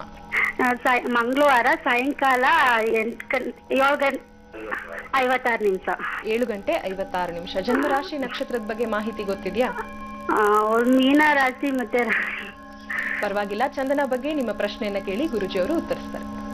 ನಮಸ್ತೆ ಅಮ್ಮ. ನಮಸ್ಕಾರ ಗುರುಜಿ. ತುಂಬಾ ಸಂತೋಷ ಆಗ್ತಾ ಇದೆ ಗುರುಜಿ ನಿಮ್ ಮಾತಾಡ್ತೀವಿ. ಒಳ್ಳೇದಾಗ್ಲಿ ತಾಯಿ. ಮಗಳ ಬಗ್ಗೆ ಏನ್ ತಿಳ್ಕೊಬೇಕು ಅನ್ಕೊಂಡ? ಸಣ್ಣ ಮಗಳು ಇನ್ನು. ಹೌದು ಗುರುಜಿ, ತುಂಬಾ ಹಠ ಮಾಡೋದ್ ಜಾಸ್ತಿ, ಕೋಪ ಮಾಡ್ಕೊಳ್ಳೋದ್ ಜಾಸ್ತಿ. ಏನ್ ಹೇಳೋದಿಷ್ಟುದ್ದೇ ಕೇಳಲ್ಲ. ನೋಡೋಣಮ್ಮ, ಮಂಗಳವಾರನ ಹುಟ್ಟಿರೋದು. ಹೌದು ಗುರುಜಿ. ವೈಶಾಖ ಮಾಸದಲ್ಲಿ ದ್ವಿತೀಯ ಸ್ಥಾನ ತುಂಬಾ ಚೆನ್ನಾಗಿದೆ. ಮಂಗಳವಾರ ಅಶ್ವಿನಿ ನಕ್ಷತ್ರದಲ್ಲಿ ಹುಟ್ಟಿರೋದು ನಿಮ್ಮ ಮಗಳು. ಹೌದು ಗುರುಜಿ. ಮೀನ ರಾಶಿ ಅಂತಿಲ್ಲ, ಅಶ್ವಿನಿ ನಕ್ಷತ್ರ ಮೇಷ ರಾಶಿಯಲ್ಲಿ ಹುಟ್ಟಿರೋದು. ಸರಿನಾ? ನೀವು ಚಂದನ ಅಂತ ಹೆಸರಿಟ್ಟಿರೋದು ಮಾತ್ರ ಮೀನ ರಾಶಿಯಲ್ಲಿ ಅಷ್ಟೇ. ಆದ್ರೆ ಮಗು ಹುಟ್ಟಿರೋದು ಅಶ್ವಿನಿ ನಕ್ಷತ್ರ. ಅರ್ಥ ಆಯ್ತಾ? ಜಾತಕ ಬರ್ಸಿದ್ರ ಇಲ್ವೋ ಗುರುಜಿ? ಮತ್ತೆ ಇದು ಹೆಸರು ಚಂದನ ಅನ್ನೋದು ಸರಿ ಇಲ್ವಾ? ಬೇರೆ ಏನಾದ್ರೂ? ಅಲ್ಲಮ್ಮ, ಚಂದನ ಅನ್ನೋದು ರೇವತಿ ನಕ್ಷತ್ರದಲ್ಲಿ ಹೆಸರಿದೆ ಅಷ್ಟೇ. ಬಟ್ ಆ ಮಗು ಹುಟ್ಟಿರುವಂತದ್ದು ವಜ್ರಲ್ ನಕ್ಷತ್ರ, ಅಶ್ವಿನಿ ನಕ್ಷತ್ರ, ಮೇಷರಾಶಿ. ಸರಿನಾ? ಆ ಪ್ರಕಾರವಾಗಿ ನೀವು ಜಾತಕವನ್ನು ನೋಡ್ಕೋಬೇಕು. ಹೆಸರ ಮೇಲೆ ನೋಡೋದಲ್ಲ. ಜಾತಕ ಬರ್ಸಿದ್ರೆ ನಿಮ್ಗೆ ಅದ್ರಲ್ಲಿ ಇರುತ್ತೆ ನೋಡಿ. ಅಶ್ವಿನಿ ನಕ್ಷತ್ರ, ಮೇಷರಾಶಿ, ಚತುಸ್ಥಾನ, 4ನೇ ಪಾದದಲ್ಲಿ ಹುಟ್ಟಿದಾಳೆ ನಿಮ್ ಮಗಳು. ಅದು ಮಂಗಳವಾರ ಸಾಯಂಕಾಲ. ತುಂಬಾ ಚೆನ್ನಾಗಿದೆ. ಈ ಅಶ್ವಿನಿ ನಕ್ಷತ್ರ ಮೇಷರಾಶಿಯಲ್ಲಿ ಹುಟ್ಟಿರೋದ್ರಿಂದಾನೇ ನಿಮ್ ಮಗುಗೆ ನೋಡಿ, ದೇಹ ಸಣ್ಣ, ತಲೆ ದೊಡ್ಡದು ಮಗಳದು. ತುಂಬಾ ಬುದ್ಧಿವಂತಲು, ಸಿಕ್ಕಾಪಟ್ಟೆ ಚೂಟಿ ಇದ್ದಾಳೆ. ಏಕಾಗ್ರತೆ ಕೊಡಲ್ಲ, ಹಠ ಜಾಸ್ತಿ. ಏನ್ ಹೇಳಿದ್ರು 5 ನಿಮಿಷ ಚೆನ್ನಾಗಿ ಇಂಟ್ರೆಸ್ಟ್ ಆಗಿ ಮಾಡ್ತಾಳೆ, ಇನ್ ಸ್ವಲ್ಪ ಮರ್ತಾ ಹೋಗ್ಬಿಡ್ತಾಳೆ. ಈ ರೀತಿ. ಆದ್ರೆ ತುಂಬಾ ಬುದ್ಧಿವಂತ, ಚೆನ್ನಾಗಿ ಓದಿಸ್ಬೇಕು. ಒಳ್ಳೆ ಡಾಕ್ಟರ್ ಆಗೋಂತ ಯೋಗ ಇದೆ ನಿಮ್ ಮಗಳಲ್ಲಿ. ಹೌದು ಗುರುಜಿ, ಅವಳ ಒಬ್ಳೇನೆ ಗುರುಜಿ ನಂಗಿರೋದು. ಅವಳಿಗೋಸ್ಕರನೇ ನಾನು ಇದ್ ಮಾಡ್ಕೊಂಡಿದ್ದೀನಿ. ಖಂಡಿತಮ್ಮ, ಚಿಂತೆ ಮಾಡ್ಬೇಡಿ. ಜನ್ಮ ಜಾತಕನ ತುಂಬಾ ಚೆನ್ನಾಗಿ ತೋರಿಸ್ತಿದೆ. ಜಾತಕದಲ್ಲಿ ಯಾವುದೇ ತರ ದೋಷಗಳಿಲ್ಲ. ಅತಿ ಹೆಚ್ಚು ಪ್ರೀತಿ ಕೊಟ್ಟು ಮುದ್ದು ಮಾಡಿ ನೀವೇ ಹಠ ಮಾಡಿಸ್ತಿದ್ದೀರಿ ಮಗುಗೆ. ಅದು ನಿಮ್ಮ ಫಾಲ್ಟು. ಮಗು ಜಾತಕದಲ್ಲಿ ಯಾವುದೇ ತರ ಸಮಸ್ಯೆ ಇಲ್ಲ. ನವಿಲ್ಗರಿ ಹೇಳ್ಕೊಟ್ರು ಹಾಗೆ ಮರ್ತ್ಕೋತಾರೆ ಗುರುಜಿ. ಅದೊಂದು ಸಮಸ್ಯೆ ಇದೆ, ಅದಕ್ಕೆ ನಾನು ನಿವಾರಣೆ ಕೊಡ್ತೀನಿ. ನವಿಲ್ಗರಿ ಇದೆಯಲ್ವಾ, ಆ ನವಿಲ್ಗರಿಗಳನ್ನ ಸ್ವಲ್ಪ ತಂದು ಮನೆಯಲ್ಲಿ ಕೆಳಗಡೆ, ಆ ಮಗು ಮಲಗೋ ಹಾಸಿಗೆ ಕೆಳಗಡೆ ಪರ್ಮನೆಂಟ್ ಆಗಿ ಆಗಿಟ್ಬಿಡಿ. ಮತ್ತೆ ಓದೋ ಜಾಗದಲ್ಲಿ ಒಂದು 4-5 ನವಿಲ್ಗರಿಗಳನ್ನ ಸ್ಟಿಕ್ ಮಾಡಿ ಇಟ್ಟಿಡಿ. ಅಷ್ಟೇ ಸಾಕು. ಯಾವಾಗ್ಲೂ ಅದನ್ನ ನೋಡ್ತಾ ಇರ್ಲಿ. ಅದ್ರಲ್ಲಿ ಪಾಸಿಟಿವ್ ವೈಬ್ರೇಷನ್ ಕ್ರಿಯೇಟ್ ಆಗ್ತಾ ಇರುತ್ತೆ. ಮತ್ತೆ ನಾಳಿದ್ದು ವಿದ್ಯಾಚಕ್ರದ ಒಂದು ಫೋಟೋವನ್ನ ನಾವು ಈ ಒಂದು ಕಾರ್ಯಕ್ರಮದಲ್ಲಿ ತೋರಿಸ್ತೀವಿ. ಅದನ್ನೊಂದು ಫೋಟೋ ತೆಗೆದ್ಬಿಟ್ಟು ಮನೇಲಿ ಇಟ್ಕೊಳ್ಳಿ. ಅಥವಾ ಡೈಲಿ ಸ್ಕೂಲ್ಗೆ ಹೋಗಕ್ ಮುಂಚೆ 1 ವಾರದ ಕಾಲ ಅದನ್ನ ತೋರಿಸ್ತಾ ಬನ್ನಿ. ಏನಾದ್ರೂ ವ್ಯವಸ್ಥೆ ಮಾಡ್ಕೊಳ್ಳಿ ಅದಕ್ಕೆ. ಆ ರೀತಿ ಮಾಡ್ಕೊಂಡು ಆ ಮಗು ಮುಂದೆ ಇಡಿ. ದಿನಕ್ಕೊಂದ್ಸಲ ವಿದ್ಯಾಚಕ್ರವನ್ನು ನೋಡ್ತಾ ಇರ್ಲಿ. ಆ ಮೆಮೊರಿ ಲಾಸ್ ಆಗೋದಿಲ್ಲ. ಇಷ್ಟೇ. ಮಗು ಬಗ್ಗೆ ಚಿಂತಿಸ್ಬೇಡಿ. ನಿಮ್ಮ ಎಷ್ಟೇ ಕಷ್ಟ ಇರಲಿ, ಮಗು ಉತ್ತಮವಾದ ಎಜುಕೇಶನ್ಸ್ ಕೊಡಿ. ಆ ಹುಡುಗಿ ಜಾತಕದಲ್ಲಿ ಡಾಕ್ಟರ್ ಆಗುವಂತ ಯೋಗ ಇದೆ. ಖಂಡಿತ ಹಾಗೆ ಆಗ್ತಾಳೆ. ಒಳ್ಳೇದಾಗ್ಲಿ ತಾಯಿ. ನಮಸ್ತೆ. ಗುರುಜಿ, ಆಂಧ್ರ ಪ್ರದೇಶದ ಅನಂತಪುರದಿಂದ ಒಂದು ಪತ್ರ ಬಂದಿದೆ. ರಾಜಶೇಖರ್ ಅವರು ಪತ್ರವನ್ನ ಬರೀತಾ ಇದ್ದಾರೆ. ಮನೆಯಲ್ಲಿರುವಂತಹ ಒಂದು ಆರ್ಥಿಕ ಪರಿಸ್ಥಿತಿ ತುಂಬಾನೇ ಕಷ್ಟ ಒಂದು ಸ್ಥಿತಿಯಲ್ಲಿದೆ, ದಯವಿಟ್ಟು ಪರಿಹಾರ ಸೂಚಿಸಬೇಕು ಅಂತ ಕೇಳ್ಕೊಳ್ತಿದ್ದಾರೆ. ಈ ಮೊದಲು ರೇಷ್ಮೆ ಸೀರೆ ಮಗ್ಗಗಳು ಇದ್ವು, ಈಗ ಅದು ಕೂಡ ನಿಂತು ಹೋಗಿದೆ ಗುರುಜಿ. ಸ್ಥಿತಿ ತುಂಬಾ ಕಷ್ಟವಾಗಿದೆ, ಸಾಲದಿಂದ ಮುಕ್ತಿ ಪಡ್ಕೋಬೇಕು ನಾವು ಅಂತ ಹೇಳ್ತಿದ್ದಾರೆ. ಇನ್ನು ಕರೆಂಟ್ ಮಗ್ಗಗಳನ್ನ ಹಾಕಬೇಕು, ಅದಕ್ಕೂ ಕೂಡ ನಮ್ಮಲ್ಲಿ ಹಣ ಇಲ್ಲ. ದಯವಿಟ್ಟು ನಮ್ಮ ಆರ್ಥಿಕ ಪರಿಸ್ಥಿತಿ ಸುಧಾರಿಸುವಂತಹ ಒಂದು ಏದಾದ್ರೂ ವಿಶೇಷವಾದಂತಹ ಪರಿಹಾರ ಸೂಚಿಸಿ ಅಂತ ಕೇಳಿದ್ದಾರೆ. ನೋಡಿ, ಜಾತಕದಲ್ಲಿ ತೋರಿಸ್ತಿರ್ತಕ್ಕಂಥದ್ದು ವಿಶೇಷವಾಗಿ ತೃತೀಯ ಸ್ಥಾನ, 1ನೇ ಸ್ಥಾನ. ಜನ್ಮ ಲಗ್ನದಲ್ಲಿ ರಾಹು ಕೂತಿರ್ತಕ್ಕಂಥದ್ದು. ರಾಹುವಿನ ದೋಷದಿಂದ ನಿಮ್ಮ ಜೀವನದಲ್ಲಿ ಯಾವ ಉದ್ಯೋಗ ಮಾಡಬೇಕು ಅಂತ ಕನ್ಫ್ಯೂಷನು ಎಲ್ಲ ಅರ್ಧಂಬರ್ಧ. ನಾವು ಹಿಂದಿನ ಸಂಚಿಕೆಯಲ್ಲಿ ಇದ್ರ ಸಾಕಷ್ಟು ಮಾಹಿತಿಯನ್ನು ಕೊಟ್ಟಿದ್ದೀವಿ. ನಿಮ್ಗಿರ್ತಕ್ಕಂಥದ್ದು ಅದು ಒಂದೇ ದೋಷ. ನೀವು ಮಾಡಬೇಕಾಗಿರ್ತಕ್ಕಂಥದ್ದು ಒಂದು ಬೆಳ್ಳಿಯ ನಾಗ, ಒಂದು ತಾಮ್ರದ ನಾಗ, ಒಂದು ಹಿತ್ತಾಳೆಯ ನಾಗನನ್ನ, ಆ 3 ಮಾಡಿಸಿ ಮನೆಯಲ್ಲಿ ಪ್ರತಿದಿನವೂ ಒಂದು ವೀಳ್ಯದೆಲೆ ಮೇಲೆ ಜೇನುತುಪ್ಪವನ್ನು ಸವರಿ ಅದರ ಮೇಲೆ ಮಲಗಿಸಿ ಅದಕ್ಕೆ ಡೈಲಿ ಪೂಜೆ ಮಾಡಿ ಯಥಾಶಕ್ತಿ ಒಂದು 108 ದಿನಗಳ ಕಾಲ ಮಾಡಿ, ನಂತರ ಅದನ್ನು ತಗೊಂಡೋಗಿ ಸರ್ಪದ ಹುತ್ತದಲ್ಲಿ ಹಾಕಿ ಪೂಜೆ ಮಾಡ್ಕೊಂಡು ಬನ್ನಿ. ಇಷ್ಟೇ ಸಾಕು. ಇದನ್ನ ಜೀವನದಲ್ಲಿ ಒಮ್ಮೆ ಮಾಡಿಬಿಟ್ರೆ ನಿಮ್ಮ ಸಕಲ ದುಷ್ಟ ಆ ಒಂದು ಏನು ಪರಿಸ್ಥಿತಿ ಇರುತ್ತೆ ಎಲ್ಲವೂ ದೂರ ಆಗುತ್ತೆ. ಆರ್ಥಿಕ ಸ್ಥಿತಿಯಲ್ಲಿ ಪ್ರಗತಿಯನ್ನ ಕಾಣ್ತೀರಿ. ಇನ್ನು ಕರೆಕ್ಟಾಗಿ ಇದನ್ನು ಒಂದ್ಸಲಿ ಮಾಡಿಬಿಟ್ಟು ಜೀವನದಲ್ಲಿ ಎಲ್ಲಾ ರೀತಿಯ ಶುಭಫಲಗಳು ನಿಮ್ಮದೇ ಆಗುತ್ತೆ. ಒಳ್ಳೇದಾಗ್ಲಿ. ನಮಸ್ತೆ ಗುರುಜಿ. ನೇರ ಪ್ರಸಾರ ಕಾರ್ಯಕ್ರಮಕ್ಕೆ ಆಗಮಿಸಿ ಸಾಕಷ್ಟು ಮಾಹಿತಿಯನ್ನ ಒದಗಿಸ್ಕೊಟ್ರಿ. ಎಲ್ಲಾ ಮಾಹಿತಿಗಾಗಿ ಧನ್ಯವಾದಗಳು ತಮಗೆ. ಸರ್ವೇ ಜನ ಸುಖಿನೋ ಭವಂತೋ, ಲೋಕ ಸಮಸ್ತ ಸನ್ಮಂಗಳಾನಿ ಭವಂತೋ. ಬ್ರಹ್ಮೋಸ್ಮಿ.